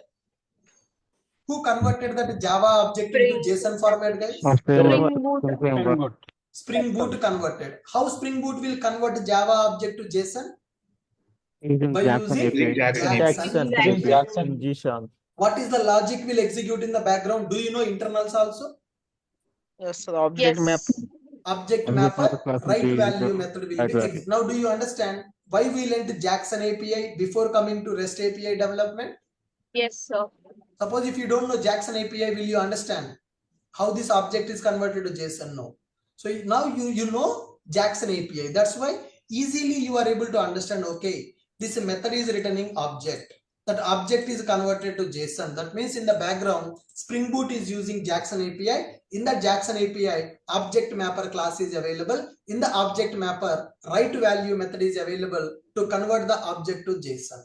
Now I no need to talk much about that JSON logic because already we know what is the JSON, how to convert object to JSON, JSON to object. Similarly, let me send the request to the books URL pattern. What is the return type? List of book objects it is returning. Okay, the book method is returning only one book object, so the JSON data represented one book object. Now if I send the get request with the books, okay, send. Now see the response. What is the response we are getting? Multiple books. Multiple books. This is the JSON array. We are getting the data in the form of one array. So book 1, book 2, book 3. So all three book objects are converted to JSON array. So list of books we are returning, the list of book objects converted to one JSON array. In that JSON array, 3 book records available. So 101 book, 102 book, 103 book. So all the 3 books are represented in the form of JSON array. So this is the structure to represent the JSON array. In that JSON array, this is one book, this is one book, this is one book. So total there are 3 elements available in the array. Every element is representing one book record. Fine. I hope you understood how to develop a REST controller and how to write the methods. And if you take object as a return type, that object will be converted to JSON. If you take the string as a return type, that string will be represented as a plain text. So depends on the requirement. Sometimes we will take object as a response. Sometimes we will take string as a response. Sometimes we will take a collection of objects as a response. It's completely depends on our project requirement, whether to take string as a response, whether to take object as a response, whether to take collection of objects as a response. It depends on the requirement. But you got the basic idea how we are able to develop a REST API. You got the idea how we are able to develop the REST API? Yes, sir. Right. And when we are developing the REST API methods, right? So it's better to give value is equal to welcome, comma, produces. Produces is equal to plain text, text/plain. So it is always recommended to tell that what we are producing from our method. So this is a provider application. This is a provider application providing the services to other applications, B2B services. So it's better to, if you don't specify produces also, no problem. It is returning the plain data only. But it is always recommended to specify produces. What is the meaning of produces? Produces is used to represent that in which format our method providing response to the consumer. This is optional. It is just for readability, guys. It is just for readability. We are specifying produces is equal to text slash plain. So what is the meaning of produces is equal to text slash plain? What is the meaning of that?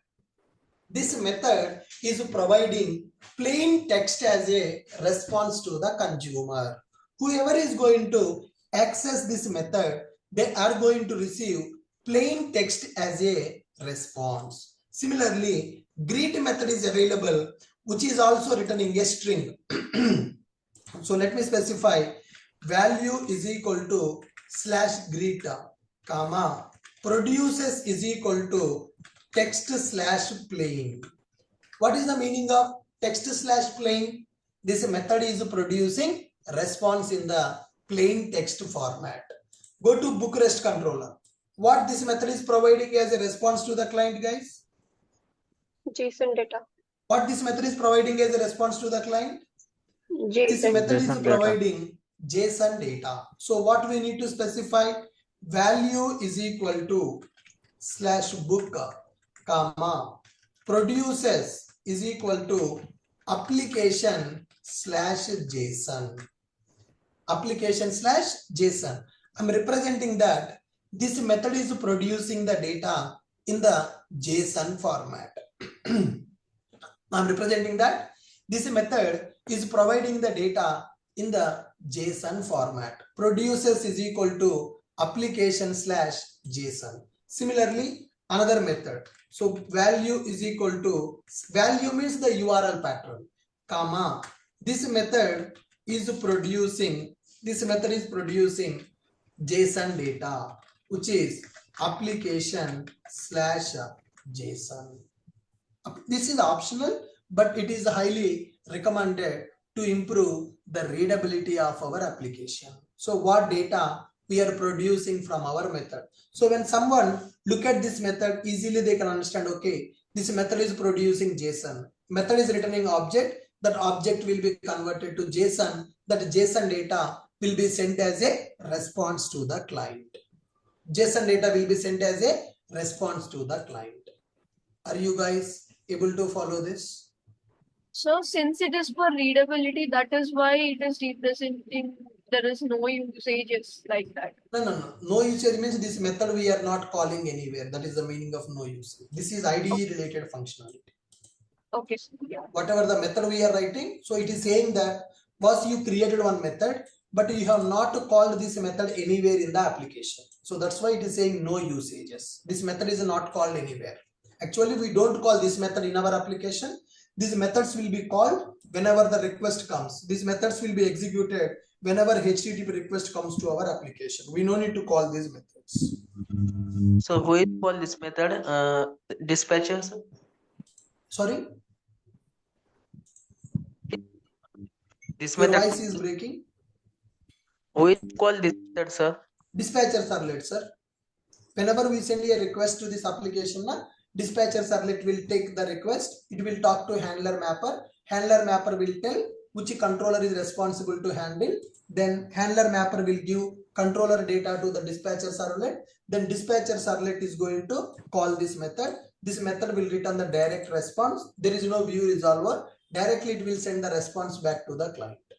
Now let's understand how this request and response will be executed. So we know Spring MVC architecture, right? So dispatcher servlet will be available in our application. So what is the role of dispatcher servlet in our application, guys? We are developing the project by using Spring Web MVC. Take a response In the Spring Web and give the MVC, dispatcher servlet is available. What is a dispatcher servlet? It acts as a front controller to our application. It acts as a front controller for our application. Then whenever the request comes to dispatcher servlet, then what the dispatcher servlet will do? It will talk to handler mapper. Then after talking to the handler mapper, it will identify which REST controller is going to handle this request. Okay. So now if you observe, first the client request will come to dispatcher servlet. Dispatcher servlet will talk to handler mapper. Handler mapper will identify which REST controller is going to handle this request. Give the information to the dispatcher servlet. Dispatcher servlet will call the REST controller method. REST controller method will return direct response to the dispatcher servlet. Dispatcher servlet will return the response to the client. There is no concept of view resolver. There is no concept of view component. When that view resolver, view component comes into picture, when that view resolver, view component comes into picture, guys? When we want to develop the web application, Whenever you are We developing see a web application, whenever you are developing a web application with the UI pages, then only that view resolver, view component comes into picture. But currently in this project, there is no view resolver, there is no view pages, because it is a pure REST API, pure backend application. You send HTTP request, it will give you HTTP response. So whenever the request comes, now currently we are using Postman. So can I say Postman is playing the role of consumer now? Yes, sir. Yes, sir. Can I say Postman Yes, is we can playing call the it. role of consumer? Why we are using the Postman today? What is the reason of this Postman? Why we are using Postman today? Testing It's API. advanced Why we are using Postman today, guys? to test our Testing API. API. To test our REST API. Because currently we are developing only provider. So to test our provider, we are using Postman. Tomorrow, we will develop another Java application which will act as a consumer. So today we are developing the provider. So from the Postman, we are sending the request to the provider. So Postman request will go to dispatcher servlet. Dispatcher servlet will give the request to the handler mapper. Handler mapper is going to identify. Handler mapper is going to identify who is going to handle this request. It will identify the REST controller which is going to handle this request. Then handler mapper will give the REST controller details to the dispatcher servlet. Then dispatcher servlet will go and call that REST controller. The REST controller will execute the logic. REST controller will return the response back to the dispatcher servlet. Then dispatcher servlet will send that response back to the client directly. There is no view resolver, there is no view, there is no rendering, nothing is required because it is a B2B application. It is a B2B application. Are you clear with my point? Yes, sir. Are you able to understand? Two REST controllers I have created. One is a message REST controller. Here I am taking one get method which is returning direct string. And I have taken another get method which is returning response entity. Can you tell me what is the purpose of response entity in the REST API development? Can you tell me what is the purpose of response entity in the REST Developer is API development? responsible to return the HTTP. To customize the response body and Yes, HTTP it status. is used to customize the response. It is used to customize the response. That means you want to send which status code you want to send as a response to the client, that you can customize by using response entity. If you don't use response entity, then who will decide the status code for your response? Dispatcher servlet will decide the status code. Now, book REST controller. So in this application, I have created two REST controllers. Like this, can I create multiple REST controllers in the application? Yes, sir. Like this, can I take multiple REST controllers for this application? Yes, in one application, we can have multiple REST controllers also. In one application, we can have multiple REST controllers also. So this is one method which is taking /book, which is returning one book object, and /books available, which is returning list of books. My method is returning object, but object is going to the consumer. Object is not going to the consumer. My method is returning object, but object is going to the consumer. Object is not going to the consumer. Not going to consumer. Object is not going to the consumer. Then what is going to the consumer? JSON data. JSON data. Who is converting your object to the JSON? Spring Boot application. Spring Boot is converting Java object to JSON, sending the JSON as a response to the client. Why Spring Boot is converting object to JSON and why it is sending JSON to the client as a response? Why not Because it object? internally consisting of Jackson. Yeah, Spring Boot internally contains Jackson API. Using that Jackson API, it is converting object. But my question is, why it is converting object? I'm not giving any information to the Spring Boot to convert my object to JSON.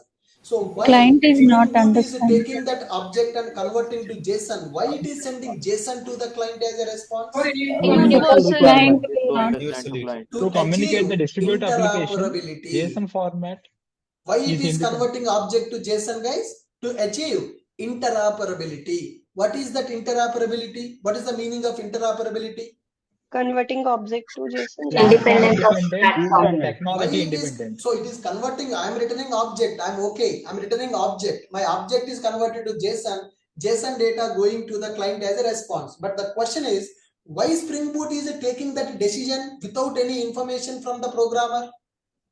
Because of language and interoperability. platform Because independent. Because of different interoperability languages. means Of the language independent you of have to communicate. Spring Boot is matured. Spring Boot is understanding that this person is developing REST API. REST API means distributed application. So this is a REST controller. For this REST controller, request can come from any type of application. Request may come from the Python application, may come from the Angular application, may come from the React application, may come from the .NET application. Request may come from the Postman.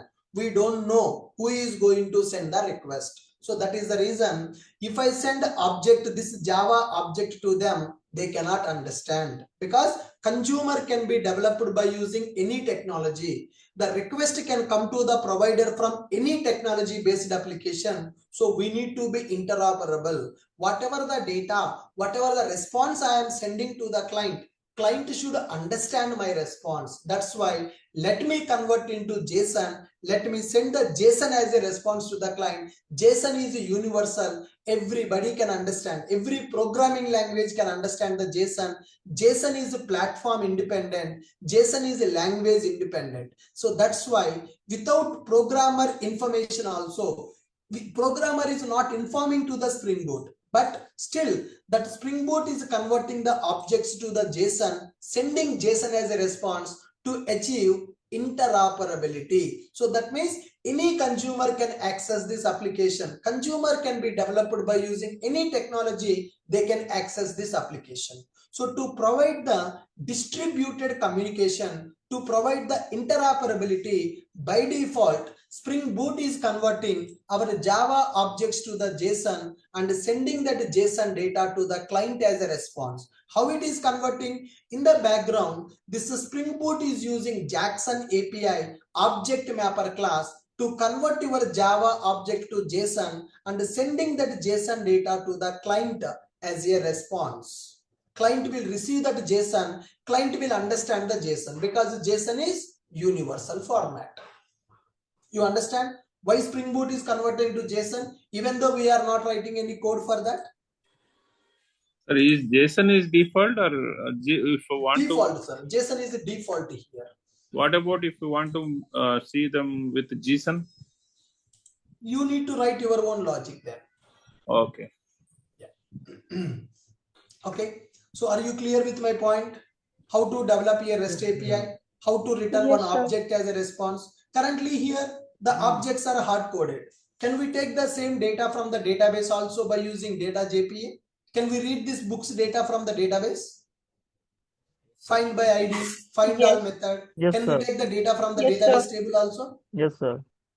Yes. Currently, I am hard coding the data. I'm returning the hard coded object data. So in future, what we will do? Instead of creating the objects like this, we will integrate our REST API with the data JPA. Then data JPA will communicate with the database, will fetch the data. That data we will send as a response to the client in the JSON format.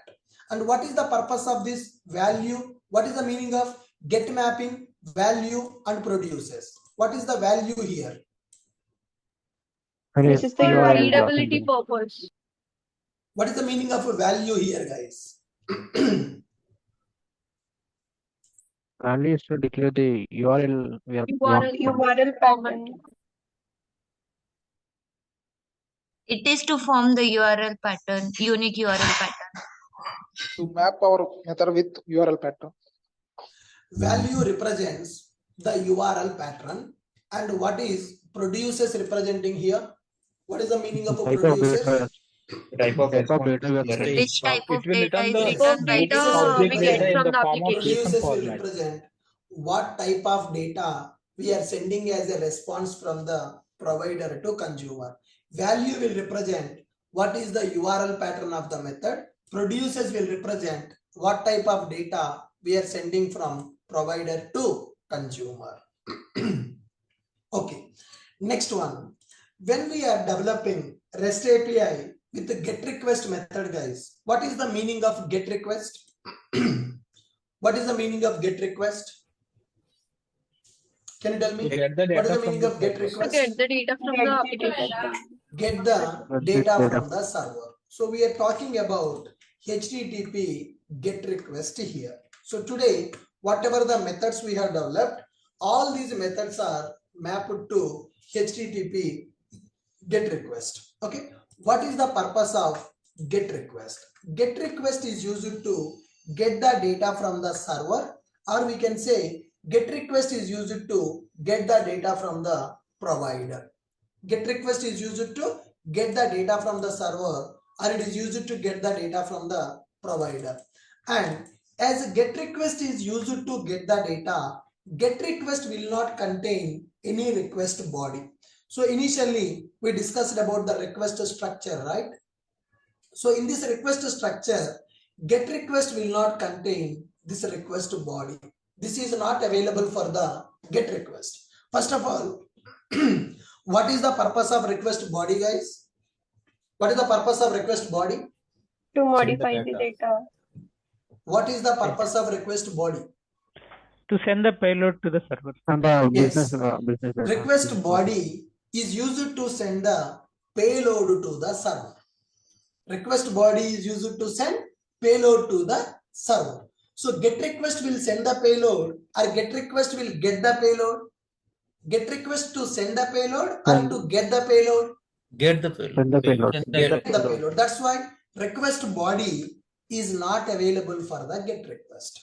So GET request is meant for getting the data, not to send the data. So that is the reason for the HTTP GET request, this request body concept will not be available. That is what I'm talking about. HTTP GET request. GET request is used to get the data from the server.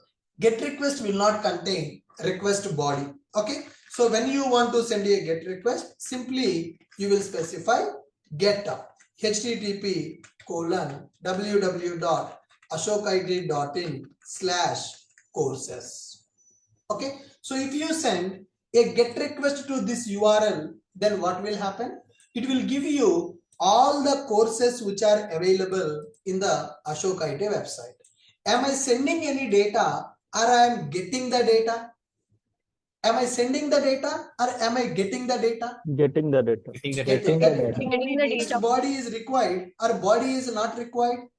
Not Body is required. not required. Body is not required. Request body is not required. GET request is not for sending the data, guys. GET request is used to get the data. That's why for HTTP GET request, body will not be available.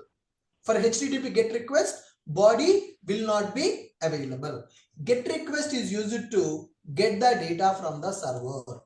GET request will not contain request body. This is the URL. Suppose, for example, when I am sending a GET request from the client application to provider application, I want to send one GET request from client application to provider application. I want to send some data also. For example, I am getting all the courses. Suppose I don't want to get all the courses. I want to get particular course from the REST API. Then what we can do? If you want to send the data to the provider using GET request, then the only option you have to send the data in the URL, because GET request there is no body. I am a consumer, you are a provider. I want to send the request to you along with some data. Body I can't use because it is a GET request. GET means getting. But what I want to get, I want to tell you that. So hey, give me Spring Boot course details. Hey, give me Java book details. Hey, give me employee details whose ID is 101. Like this, I want to get some particular data, not all. Sometimes I want to get all the data. Sometimes I want to get only particular data from the REST API. So then if we want to send the data in the GET request, then we need to use below two options, guys. One is query parameters, another one is path parameters. If we want to send data to server, using GET request, then we need to use query parameters and path parameters. That means by using query parameters, by using path parameters, we can send the data to server in the URL because there is no body. Now, for example, you are using YouTube. Okay, we all are using YouTube, right? Let's go to YouTube and let's do some testing on the YouTube now. Okay, so in the YouTube there are so many videos are available, guys. In the YouTube there are so many videos are available. I want to play particular video which is available in the YouTube. Okay, so this is YouTube URL, youtube.com Ashok IT. Okay, when I click on this video, what will happen, guys? So when I click on this video, can you see the URL of the YouTube? When I click on this URL, can you see? When I click on this video, can you see what happened in the YouTube? Can I take this URL now? Let me show you this URL. Clicking on the video means you are sending a GET request. So when I send that GET request, what happened? youtube.com watch V is equal to some ID. That means I want to watch this video. This is the ID of that video. Suppose when I click on another video, for example, if I click on one more video to watch, then again my URL got changed. So now you see this one, again watch V is equal to video ID.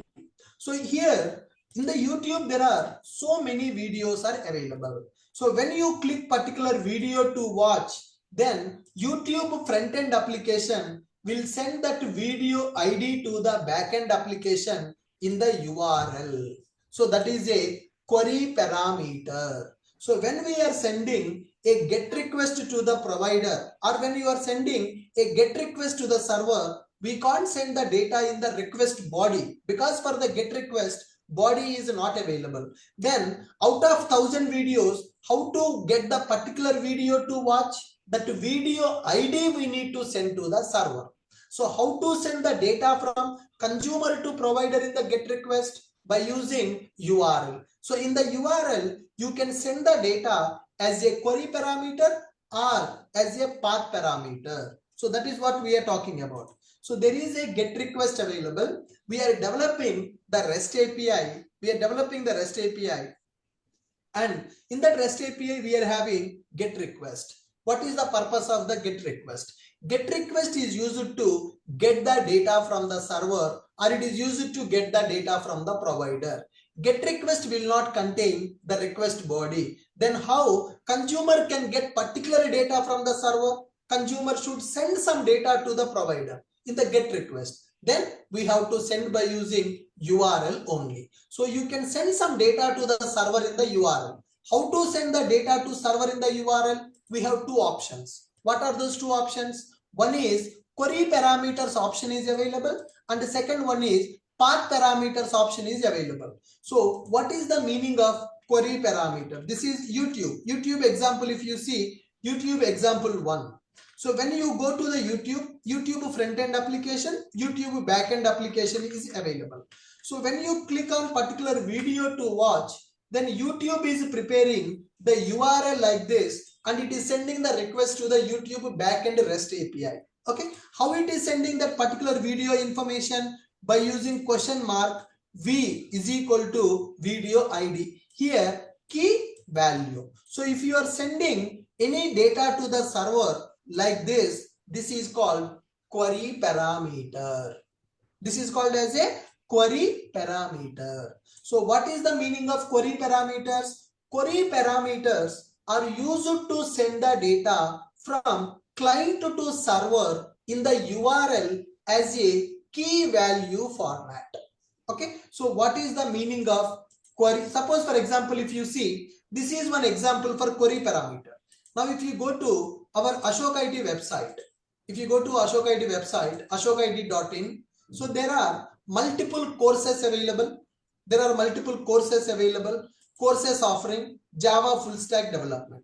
Courses offering is available here. If I click on view more, that course name is going in the URL. This is a path parameter. Without key, if you are sending the data to the server, then it is called path parameter. ashokit.in courses Java full stack developer. So if you see YouTube, question mark V is equal to video ID. So if you are sending the data to the server in the key and value pair, that is called query parameter. If you are sending the data to the server directly value without key, then it is called path parameter. Okay. Now if you go to Ashok IT website, in this Ashok IT website, courses offering, there are multiple courses available. Java full stack development, Spring Boot with microservices. When you send the request to courses offering, then you are getting so many courses. Okay. In these courses, I want to get particular course information. Whatever the UI you are seeing, this is Angular. This is a front-end application. My back-end is separate, my front-end is separate. My front-end is Angular. My front-end project developed by using Angular. My back-end project is a REST API. My back-end application is a provider. Okay. Now, my Angular application want to get all the courses. Okay. No need to send any data. I want to get all the courses available in the Ashok IT. Yes, I got it. From these all courses, I want to get the information about Java full stack developer course. Particular course data I want to get. Then when you click on view more button, then what is happening? In the URL, that particular course name is going to the server. Directly I am sending the course name to the server in the URL. So that means my consumer application, my Angular application playing the role of consumer. My consumer application sending course name to the server in the URL. Directly course name it is sending in the URL. There is no key, direct value. If you send a direct value, it is called path parameter. But if you go to YouTube, when you click on particular video, it is sending video ID to the server in the URL, that is key value. If you send the data to the server in the key value format, that is called query parameter. If you send direct value to the server in the URL, it is called path parameter. So when you are sending get request to the server, there is no request body. Then how to send the data to server? By using URL. In that URL, in two ways we can send it. One is by using query parameter. Another one is by using path parameter. Query parameter will represent data in key value format. Path parameter will represent data directly in the URL. Are you able to understand how to send the data to server by using get request? There is no body. Only option to send in the URL. How many ways we can send in the URL? Two ways. Query parameters, path parameters. So here I have given YouTube example. YouTube is using query parameters and I am using Ashok IT as example. Ashok IT is using path parameter. And one more thing. So if you go to Ashok IT website, careers, here there is option called software job options available. So recently we started posting job openings in our website. Software jobs option is available. When you go to software jobs, careers option, software jobs option, multiple jobs which are having the openings I have posted. Swiggy hiring Java developers, IBM hiring Java developers, Accenture hiring Java developers. So that means software job openings. When I send this request, I'm getting all the job openings which are available in our website. Get request. I want to get the data. Now, after getting the data, I want to open IBM company related opening. So when I click on apply now, see currently the URL is software job openings. When I click on apply now, that IBM hiring Java freshers, that is going in the URL. I want to get the IBM Java developer company opening details. Okay, so this is again another path parameter. It is again another path parameter. So consumer is sending the data to the provider in the URL to get more information about particular ID or particular product. Okay, now if you go to suppose for example interview questions available. Okay, go to Python. So for Python, there are multiple interview questions available. If I click on top 50 core Python interview questions and answers, when I click on this, then it is going top 50 Python interview questions answers in the URL. So the data I'm sending from consumer to provider in the URL to get the record. So that is path parameter. If you go to YouTube, if you play particular video in the YouTube, that video ID will go to the YouTube. Now if you see, when I play shorts in the YouTube, directly video ID is going, directly ID is going. When you play normal video, it is going in the form of key and value. When I click on short, directly ID is going to the server. So sometimes they are using path parameters, sometimes they are using query parameters. Are you guys able to understand? What is the purpose of the main purpose is same. I want to send some data from consumer to provider in the GET request. GET request does not have a body. Then what is the option? You have to send in the URL. How to send in the URL? Either using query parameter or by using path parameter. In the YouTube, I have shown you both. When you play normal video, it is sending as a query parameter. When you click on the shorts in the YouTube, it is sending direct ID as a path parameter.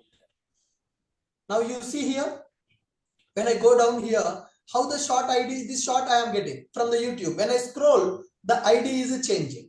When I scroll the video, for this short video, there is an ID in the YouTube database. So that ID they are sending. Now when I scroll up, again, my video is coming, my video ID is coming here. So there is no key, direct value. So when you are sending direct value, this is called as a path parameter. So sometimes they are sending the data in the key value format. Sometimes they are sending the data directly. If you are sending the data in the key value format, if you play normal videos, it is sending in the key value format, question mark, key is equal to value. But when you click on the shorts, so youtube.com shorts, directly video ID is going. In the Ashok IT courses, Java full stack developer, particular course name I am sending to get more information about the course. These all are the GET request URLs with the query parameters and path parameters. So now you got the clarity. What is the purpose of query parameters and path parameters? Guys, what is Query the purpose parameter of? provides key and value format. What is the purpose of, first of all, what is the purpose of these query parameters and path parameters? To send data to the server using particular Data to the server. To send the data to the server in the The URL. request body format. To send the data to the server in the URL. Why we are sending data in the URL? Why we need to send the data in the URL? Take the particular data in the No. To It does get not support particular request we body. want to use Get GET request request. does not contain the body. Because our request is a GET request, guys. For the GET request body is not available. That's why I am sending in the URL. If the request body is available, why I will send in the URL? I will send in the body only, right? Because body is always safe. Body is a secret. If I send in the URL, it will display for others also. For example, I want to send the password. So can I send password in the URL? Is it recommended? If I send password in the URL, then what will happen? Everybody know. Everybody will see that. So that means always it is not recommended to send the data in the URL. Suppose you are sending some password, you want to send your ATM pin, you want to send your credit card number, you want to send some secret data, some sensitive data. Such kind of data we should not send in the URL. If your data is not sensitive, like employee ID, book ID, course name, YouTube video ID, is there any secret in that data? Book ID, employee ID, YouTube video ID, my course name. Is there anything to secure? Is there anything related to secret? No. If your data is not secret, if your data is not sensitive, then you can send the data in the URL, no problem. But if your data is sensitive, passwords, ATM pin number, credit card numbers are available, then you should not send in the URL. Then you need to go for the body. So if you want to go for the data in the body, then GET is not supported. GET is used to get the data. When you want to get some specific data you want to get, which is not secured, that you can send in the URL. How to send the data in the URL? Two options available. One is by using query parameter. Another one is by using path parameter. Are you able to understand my point? Excuse me, sir. Yes. Sir, do we have anything like it is recommended to use query parameter in this scenario and I will path come to that parameter? point. So I am not concluding that. I will tell you in which scenario we should go for query parameters, which scenario we should go for path parameter. I will tell you that. First, let's try to understand how to use them, how to work with them. Then we will take a decision when to go for query param, when to go for path params. Able Yes, to follow sir. me, guys? Yeah. So can anyone tell me what is get request? What is query parameter? What is path parameter? Come on.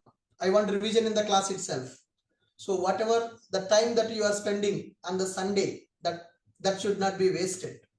I don't want to waste your Sunday. Okay. So you are spending 3 hours with me on the Sunday. So definitely I need to justify these 3 hours of time. I need to give you very valuable information, valuable content for these 3 hours of time you are giving to me.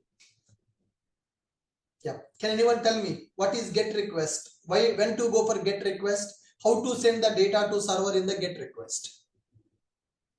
Get request is just used to get the data, like get the response.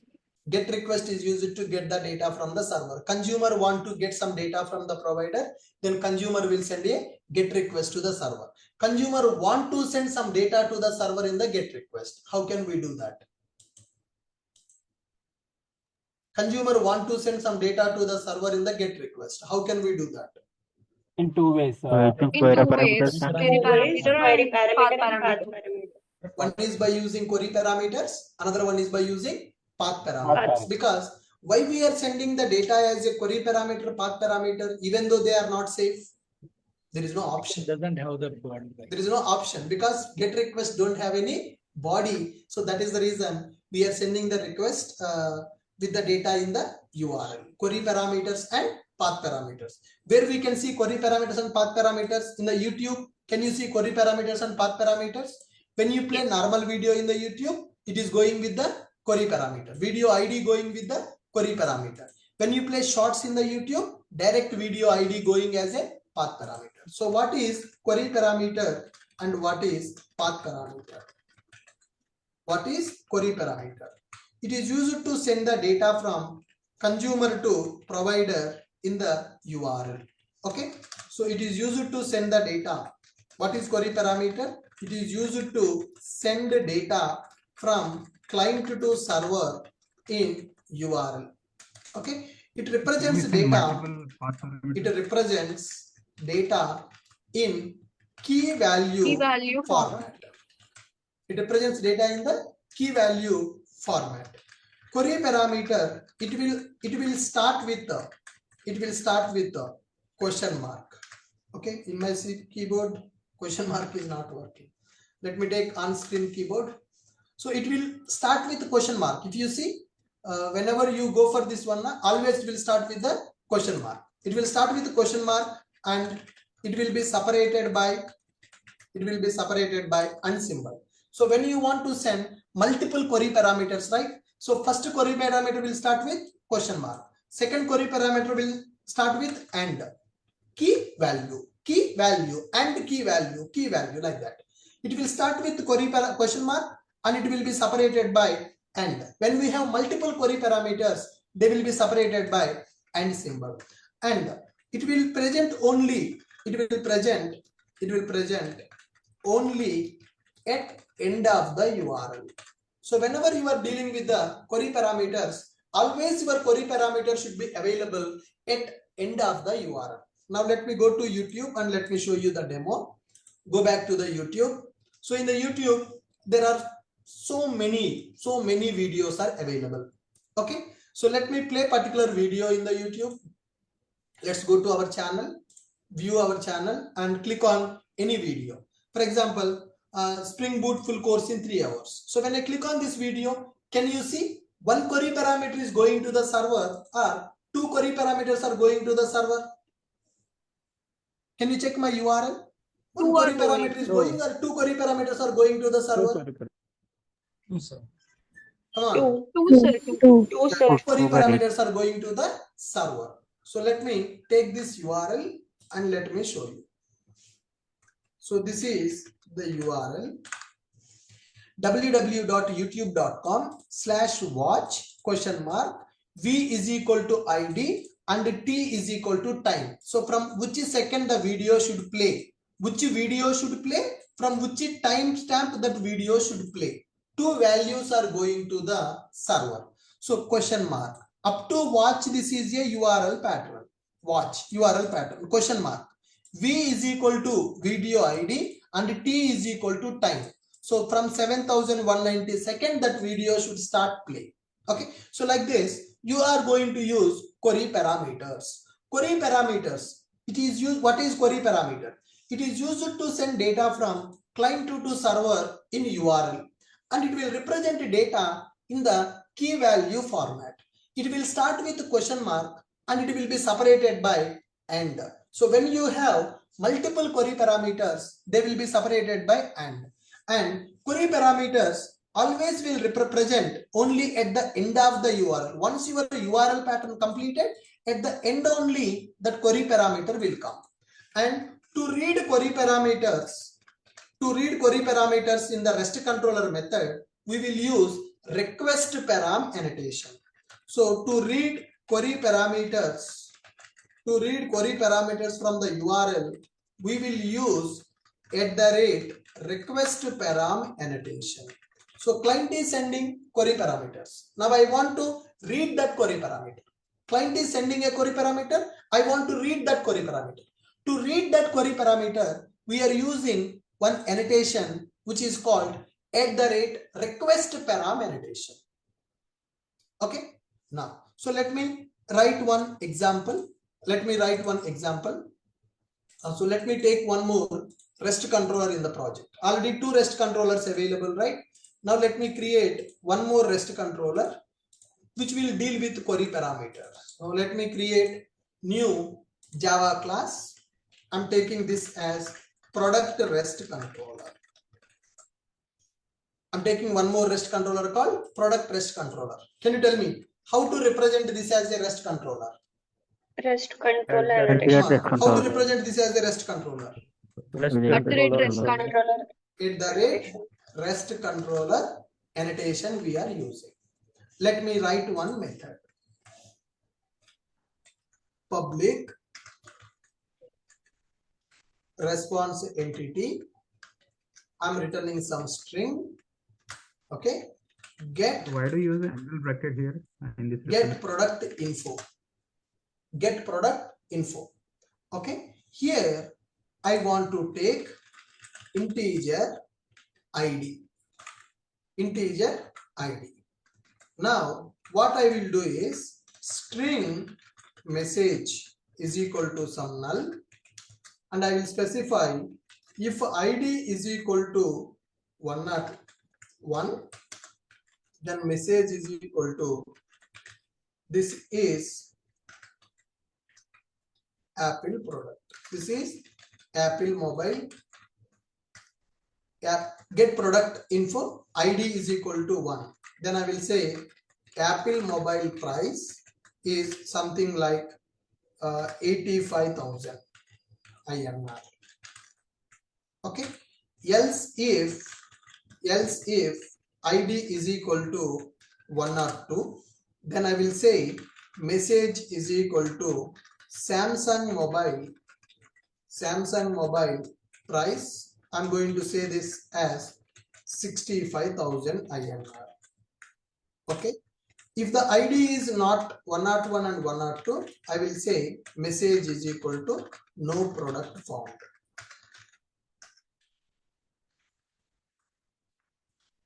No product found. Now I want to return this data. Okay. Return new response entity. The body is a message and the status is http status dot OK. http status dot OK.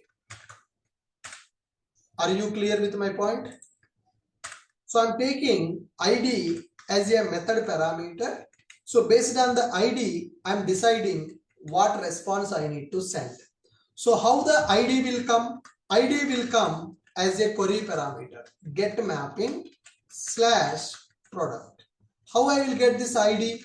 As a request param. As a request param, key is ID. So earlier, message REST controller method not taking any parameters. Direct method is available. Book REST controller also not taking any parameters. But now my product REST controller is taking ID as a parameter. How I am expecting ID here, guys? How I am expecting ID? At the rate request param. So can you tell me what is the purpose of at the rate request param annotation? Can anyone tell me what is the purpose of request param annotation? To get the data from the query parameter. Yes, to get the data from the query parameter. What is the meaning of query parameter? What is the meaning of query parameter? Inside the URL, we will send the data in the query form of key value parameter pairs. is used to send the data from client to server in the URL. Query parameter is used to send the data from client to server in the URL, and it represents data in the key value format. And it will start with a question mark and it will be separated by and. Question mark represents starting point of the query parameter and represents another query parameter. Okay, if you are having multiple query parameters, they will be separated by and. Okay, so it will present only at the end of the URL. Once all the URL is completed, then our query parameter will start. Key value. To read query parameters from the URL, we will use @request param annotation. Okay, now I am taking one REST controller which is called product REST controller. To represent this class as a REST controller, I'm using @REST controller annotation. In that I am taking one method. That method is mapped to get request, get mapping slash product. So to get the particular product data, we need product ID from the client. So client will send the product ID as a query parameter. Key value. To read the data from the query parameter, we are using annotation called @request param ID. ID is a key. Okay. Now, so let me start this application, run this application. Product REST controller is available. Request param, it is expecting. The method expecting request param ID. Key is ID. And the URL pattern is /product. Key is ID and the URL pattern is /product. Now clear the console. Any confusion in the method, guys? Any confusion in the code? Simple. We are writing one get request method. It is returning response entity with string message, text plain. Request param, I'm taking a method parameter called ID. That ID we are getting from the query parameter. To read the data from the query parameter, I'm using one annotation called request param. Go to Postman. So /product. Suppose if I send the request without ID, my method is expecting ID, request param, but I am sending the request without ID. Send that request and see what will happen. What happened, guys? What is the status code we are getting? 400. Bad request. 400. What is the status code we are getting? 400. Is it a server problem? 400 means is it a server problem or is it a client problem? Client problem. Is it a server problem or is it a client problem? Client problem.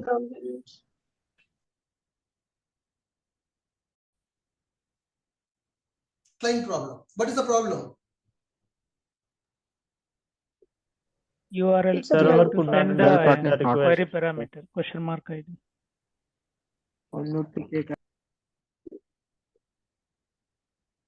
Is it a client problem or is it a server problem? The client problem. Client problem. What is the client problem? A URL pattern is not We are not giving Boss, you are sending a get request to /product URL pattern. That /product URL pattern method is expecting one ID, but you are not sending that ID. That is a bad request. You are not sending that ID because it is expecting ID. You are not sending that ID. That means it is a bad request. Now let me send the ID product. Suppose 200 I'm sending. Okay. Click on send 200. When I send 200, what it is saying, guys? Not found.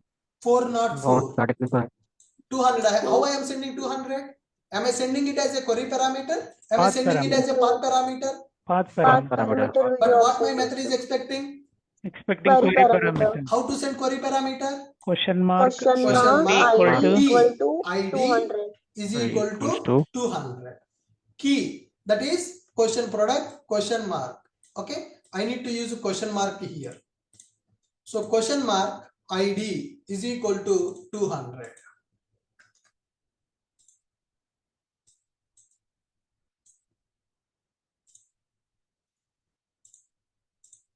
Yes, I'm using, so product question mark ID is equal to 200. What is the meaning of question mark ID is equal to 200? query parameter. We are passing data as So a click on query. send. I'm sending 200. Key and value. Now, what is the response status code I'm getting? 200. What is the meaning of 200? It is okay. 200 means okay. What is the response body? No product found. Now let me send this as 100. ID is equal to 100. So when I send ID is equal to 100, it is saying no product found. ID is equal to 101. When I send ID is equal to 101, Apple mobile price we are getting. So am I able to send the request along with query parameter? So how I am representing query parameter? Question mark key is equal to value. What is this key? That key we are using here. With which key the client consumer is going to send the request to the provider. With that key, we are reading the value, key comma value. Query parameters are used to send the data from client to server in the URL.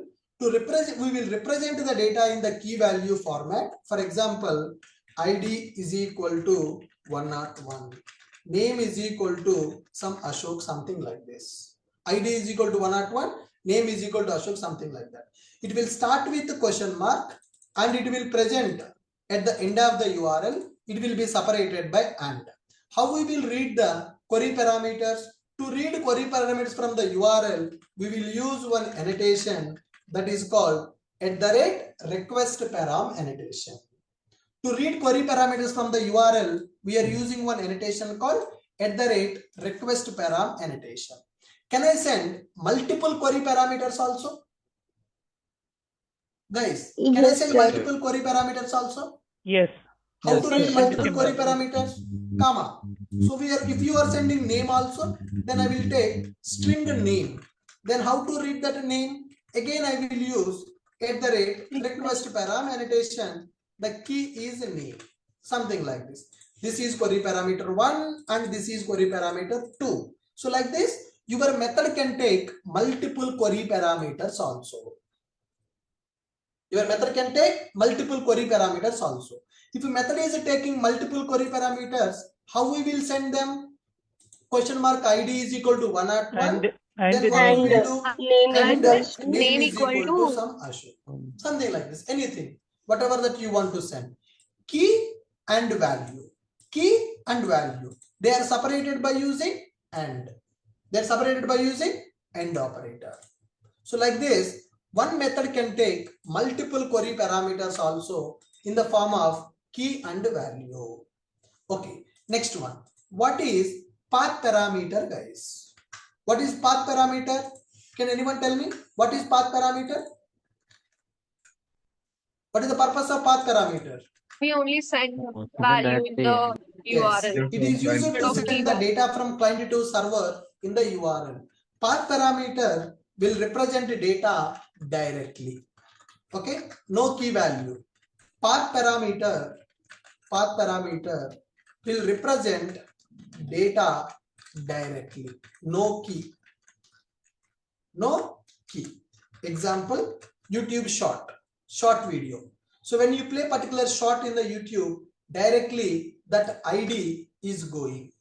Okay. So this is path parameter value. path parameter will be represented in the URL template. Path parameter position will be represented in method URL pattern, because in the URL, where is that path parameter? Path parameter can present anywhere in the URL. So its position will be represented in the URL pattern template, in the URL template. Path parameter can present anywhere in the URL. Okay, so there is no rule. Query parameter should be available only at the end of the URL. Query parameter should be available only at the end of the URL. Question mark ID is equal to 101. But for path parameter, there is no rule like that. Path parameter can present anywhere in the URL. So that's why when we are writing path parameters, we will specify path parameter position in the URL template. Path parameter position we are going to represent in the URL. So let me take this method. Let me go for another method, get product name. Okay, here this is get product price. Right now, let me take another method, get product price.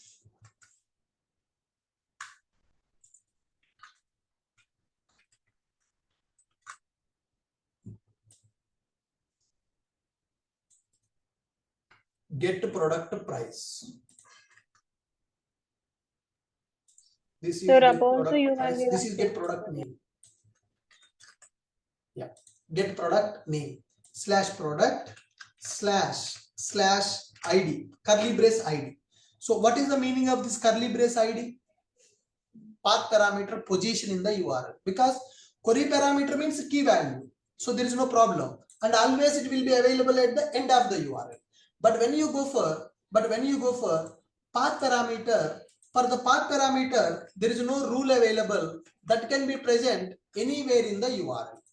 Path parameter can present anywhere in the URL. So that is the reason path parameter position should be represented in the URL template. So curly brace ID, that means in the URL, whatever the data is coming after product, whatever the data is coming in the URL, that is called path parameter. How to read the path parameter? To read the path parameter, we will use a annotation called path variable annotation. If ID is equal to 101, then I will say product name is Apple. I will say that product name is Apple. If ID is equal to 102, I will say product name is Samsung. If ID is not 101 and 102, I will say no product found. I will say that no product found. So here, when you go for query parameter, you no need to represent query parameter in the URL pattern, because query parameter always will present at the end of the URL, and it will have the key and value. Based on the key, you can read its value. But when you go for path parameter, that will be presented anywhere in the URL. Something like this also I can specify /info. So what is the meaning of this? Product ID info I want to get. So ID can be present in the middle of the URL. ID can be present at the end of the URL. So after product, ID is coming. Placeholder. This is representing position of the path parameter. After this /info, it can be anything. Or else you can write like this also. So this path parameter can present anywhere in the URL. Whereas query parameter will present only at the end of the URL. That query parameter no need to represent in the URL pattern, whereas path parameter we need to represent in the URL pattern. So after product, whatever the data is coming, that is a product ID. I will read that ID by using path variable. So to read the query parameters from the URL, we are going to use request param annotation. To read path parameters from the URL, we are going to use path variable annotation. What is the difference between them? So query parameters, path parameters, Both are used to send the data to server. Query parameter will send the data in the key value format and it will present only at the end of the URL. Path parameters can present anywhere in the URL. They will represent direct value without key. To read query parameters, we will use request param annotation. To read path parameters, we will use path variable annotation. So you can send multiple query parameters. You can send multiple path parameters also. Now let's test this method. Get product name, product price, which is taking query parameter, product name, which is taking path parameter. Stop it and let me restart my application.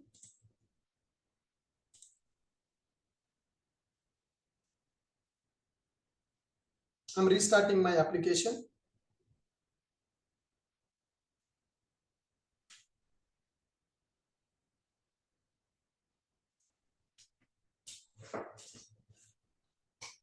One method is expecting query parameter, another method is expecting path parameter. Product with the query parameter will go to first method, product with the path parameter will go to second method.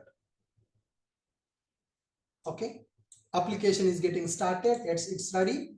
Go to this one. So if I use URL product question mark ID is equal to 101, it will give the price of the mobile. Apple mobile price is 85,000. Suppose if I give product slash 102. So slash 102. What is the meaning of slash 102, guys? We are passing path variable. ID as 102. Yes, we are getting product name as Samsung.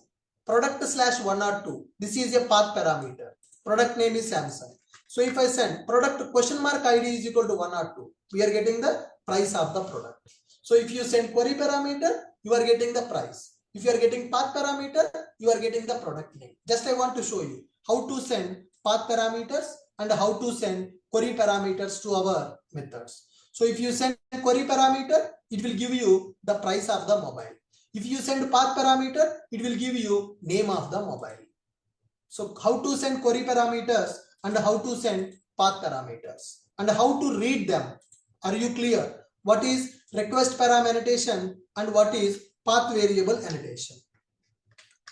What is request param annotation and what is path variable annotation? Are you guys clear with my point? Yes, sir, it's clear. Sir, can I send ID at the starting of the URL itself? Yes, like, you can keep it anywhere. That is what. So that means you can keep like this also, /info. I'm writing product comma ID /info. After this URL, product is URL pattern. Then I'm keeping ID. Then I'm keeping info. So ID can go in middle of these two URL patterns. Like ID product info. Yeah, you can do that also. Here also you can keep your ID /ID/product/info, something like this. You can keep that ID anywhere in the URL. So what is the benefit of this one? So to construct some meaningful URLs, I want to get product ID details, something like that. If you want to construct some meaningful URLs, then you can keep path parameters in the middle of the URL, but generally we will keep at the end only. If you have any special requirement, you want to construct one meaningful URL, lengthy URL, then you can use that in the middle of the URL. Otherwise, at the end is fine. Like in job applications, when you say your application is shortlisted or not, for that we'll use this. I mean, anything, sir. If you want to construct some meaningful URL, product ID, product 101 get details. Like that, if you want to construct some meaningful URL, you can use path parameter in the middle of the URL. Otherwise, at the end also it is fine. Currently, query parameters rule. Always they will present at the end of the URL. Path parameters, it is your option. You can keep in the middle of the URL or you can keep at the end of the URL also. So which one is recommended to use, like request param or query param? Sorry, sir, I can't hear your question. Can you repeat, please? So which one is recommended to use in real time? That is a debate, sir. When to go for query parameter, when to go for path parameter, that is a debate. Currently, we are just understanding what is that, how to use it. We need to go for the comparison also. Okay, are you clear with HTTP GET request, guys? So today we understood how to create one REST API, how to create a REST controller, how to develop REST controllers with methods, how to map them to GET request, how to send a GET request from the postman, how to send the data to the GET request by using query parameters and path parameters. GET request is used to get the data from the server. We can say it is used to get the data from the provider. GET request will not contain the request body. Okay, so it is because the meaning of the GET request is only to get the data, not to send the data. But if you want to get some specific data from the server, then you can use query parameters and path parameters concept like this. I have shown you multiple live examples. YouTube videos, when you are trying to watch, it is sending video ID in the query parameter. YouTube shorts, when you are trying to watch, it is sending the short ID in the URL. So example 1, example 2, query parameters. Example 3, example 4, path parameters. Query parameter will represent the data in the key value. Path parameter will represent the data directly in the URL. So what is query parameter? It is used to send the data from client to server in the URL. It represents data in key value format. Query parameters will start with question mark and it will be separated by and symbol. And it will present only at end of the URL like this. At end of the URL it will be available. How we will read these query parameters in the REST controller method? To read query parameters from the URL, we will use @request param annotation. One method can take multiple query parameters also, there is no problem. And the next one, what is path parameter? Path parameter is used to send the data from client to server. When client want to send the request to the server, they will send some data in the URL. So path parameter will represent data directly without any key. So this is shorts, direct ID is available. So this one I will keep in the curly brackets so that you will understand it is path parameter. Path parameter can present anywhere in the URL. Path parameter position will be represented in the method URL pattern. So how do we read the path parameters? Path parameters are also called as URI variables. And to read the path parameters, we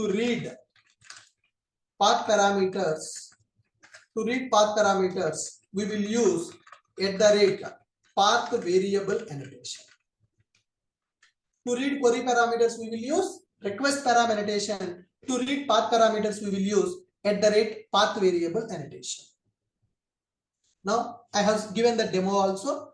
If you send question mark ID is equal to 101, it will give you price of that.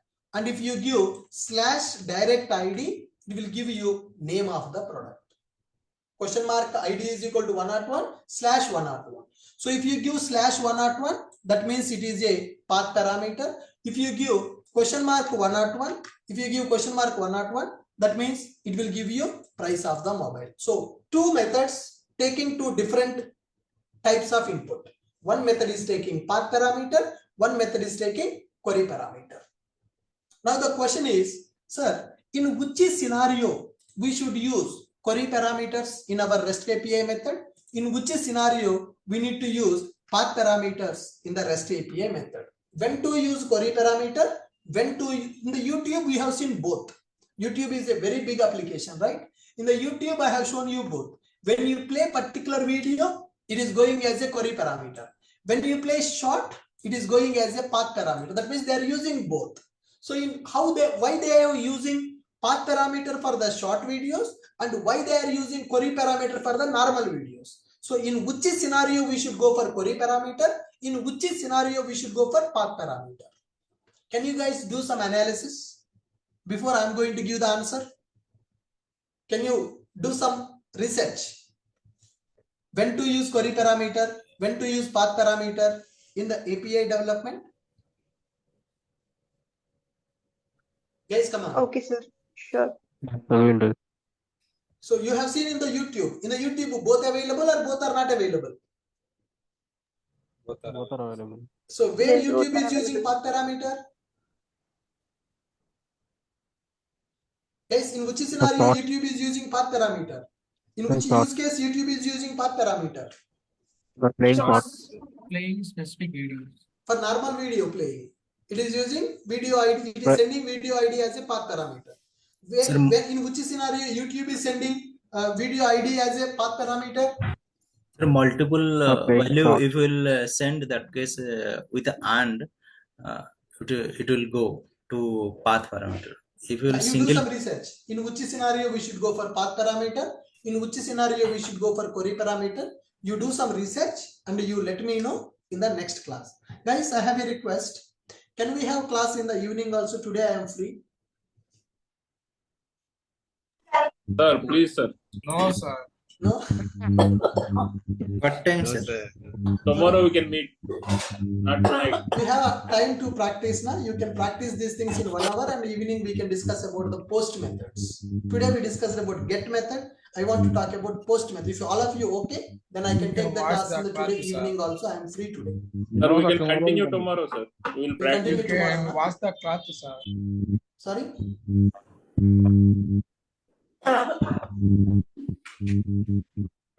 Tomorrow lecture. Tomorrow. Okay, no problem. We can watch the class. Okay, good guys, fine. So any questions? I will update the material. I will keep this in the Word document, all the examples that we have done today. I will update the notes in the portal. So before going to wind up for today, so do you feel the Sunday 3 hours is useful? Did I waste your time or utilize your time? No, sir, not at all. It's useful, sir. Useful? Yes, sir. Okay, good guys. Thank you. So if you have any questions, you can ask me. Otherwise, we can leave for today. We have class today evening. No, people are saying no. If you are okay, I can take it. I don't have any problem. Sir, get request is asynchronous, right? Sorry? Get request is asynchronous.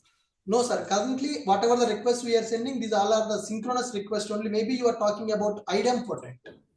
That is different. So whatever the get request, post request we are sending, these all are synchronous requests only by default.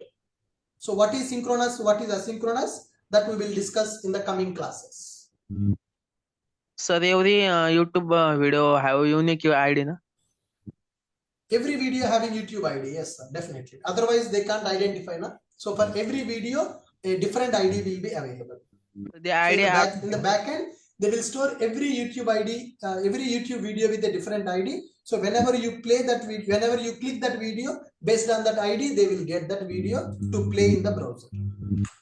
Upload video uploaded automatically. Whenever you upload the video, then only they will take unique. They will generate a unique ID for every video. Sir, any other alternate way to provide the security for get request? Sorry? Any alternate way to provide the security for get request? Any alternate way to provide the security for the get request? Whatever the data that you are sending in the URL, right? That data you need to encrypt and you can send it. This is the only option. If you want to send some data in the get request, then definitely you need to go to the URL only. Okay. So if you want to send some data in the request with the security, then you need to encrypt this data and you need to send to the server. So if you want to send some security related data, then get request is not recommended. You need to go for the post request for that. So in the tomorrow session, we are going to understand how to send post, how to develop a REST API with the post request method, how to work with the post requests, that we will see in the tomorrow session. Okay. You got my point? Yes, yes. Yeah, thank you. Yeah. So I want all of you to practice whatever we discussed in the today's session, guys. Whatever the API we have developed, I want all of you to practice the get request method, query parameters and path parameters before coming to tomorrow's session. Because if you don't practice now, then you can't understand. So whatever the 3 hours of time we spent on the Sunday, so give some value for that. Right? Without practice, you can't understand this API development.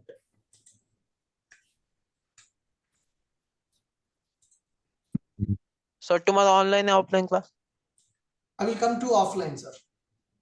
Is there any difference between offline and online? Anyhow, my video I am sharing. Which difference lag raha hai kya? Sir, online audio is clear, sir. Sorry? Online is audio is very clear, sir. Which one is good? Online, sir. Online is good. Online is good, sir. Okay. Online is good, sir. So if you want, I can come, sir. Because all people are not coming to the offline. Only 3-4 people are coming to the offline class. So people are not interested. That's why I'm also continuing in online. That is the reason. If you all of you want to come to offline, then I will also come. I don't have any problem. For me, coming to office at 9 o'clock is a big task, sir. If you are keeping it online, then I would need to know before only. Yeah, sure, sir. Yes, So sir. all the offline people discuss in the group. If you guys want to come to offline, then I will also come. Otherwise, we can take online also, no problem. Anyhow, you are asking your questions, doubts, clarification, everything that you can do in the class itself. So still, if you want to go with offline, then definitely I will come. I don't have any problem. You guys discuss and let me know in the group. Raise a poll, sir, in WhatsApp. Okay, good. Any other questions, anyone from today's session? Sir, one thing like in the response tell me. entity, right? Like I've seen like you are using this Sir, angle your bracket. voice is Like you not want to talk audible, on sir. that? Sir, this angle bracket we are using in response entity. Do you want to talk on that one? Like why do we use that? This angle, this bracket. Angle brackets like response This is entity. a generic Angle type, sir. brackets. That means what type of response that you want to send. You can keep it as a string type. That means what is your response body data type that you can specify as a generic. This is a generic type. Okay. Okay. Generic. That means what type of data you want to send. So which data you want to send as a response now that you can represent as a type here. That is a generic type. Okay. Good. Fine, guys. Then thank you. So in another 10 minutes, I will upload the notes also. So please do the practice before coming to tomorrow. Tomorrow we have class at regular time 9:30. Tomorrow we will work on post, put, delete request methods in the REST API. So please do this practice before coming to tomorrow's session. Thank you, guys. Have a great day. Happy weekend.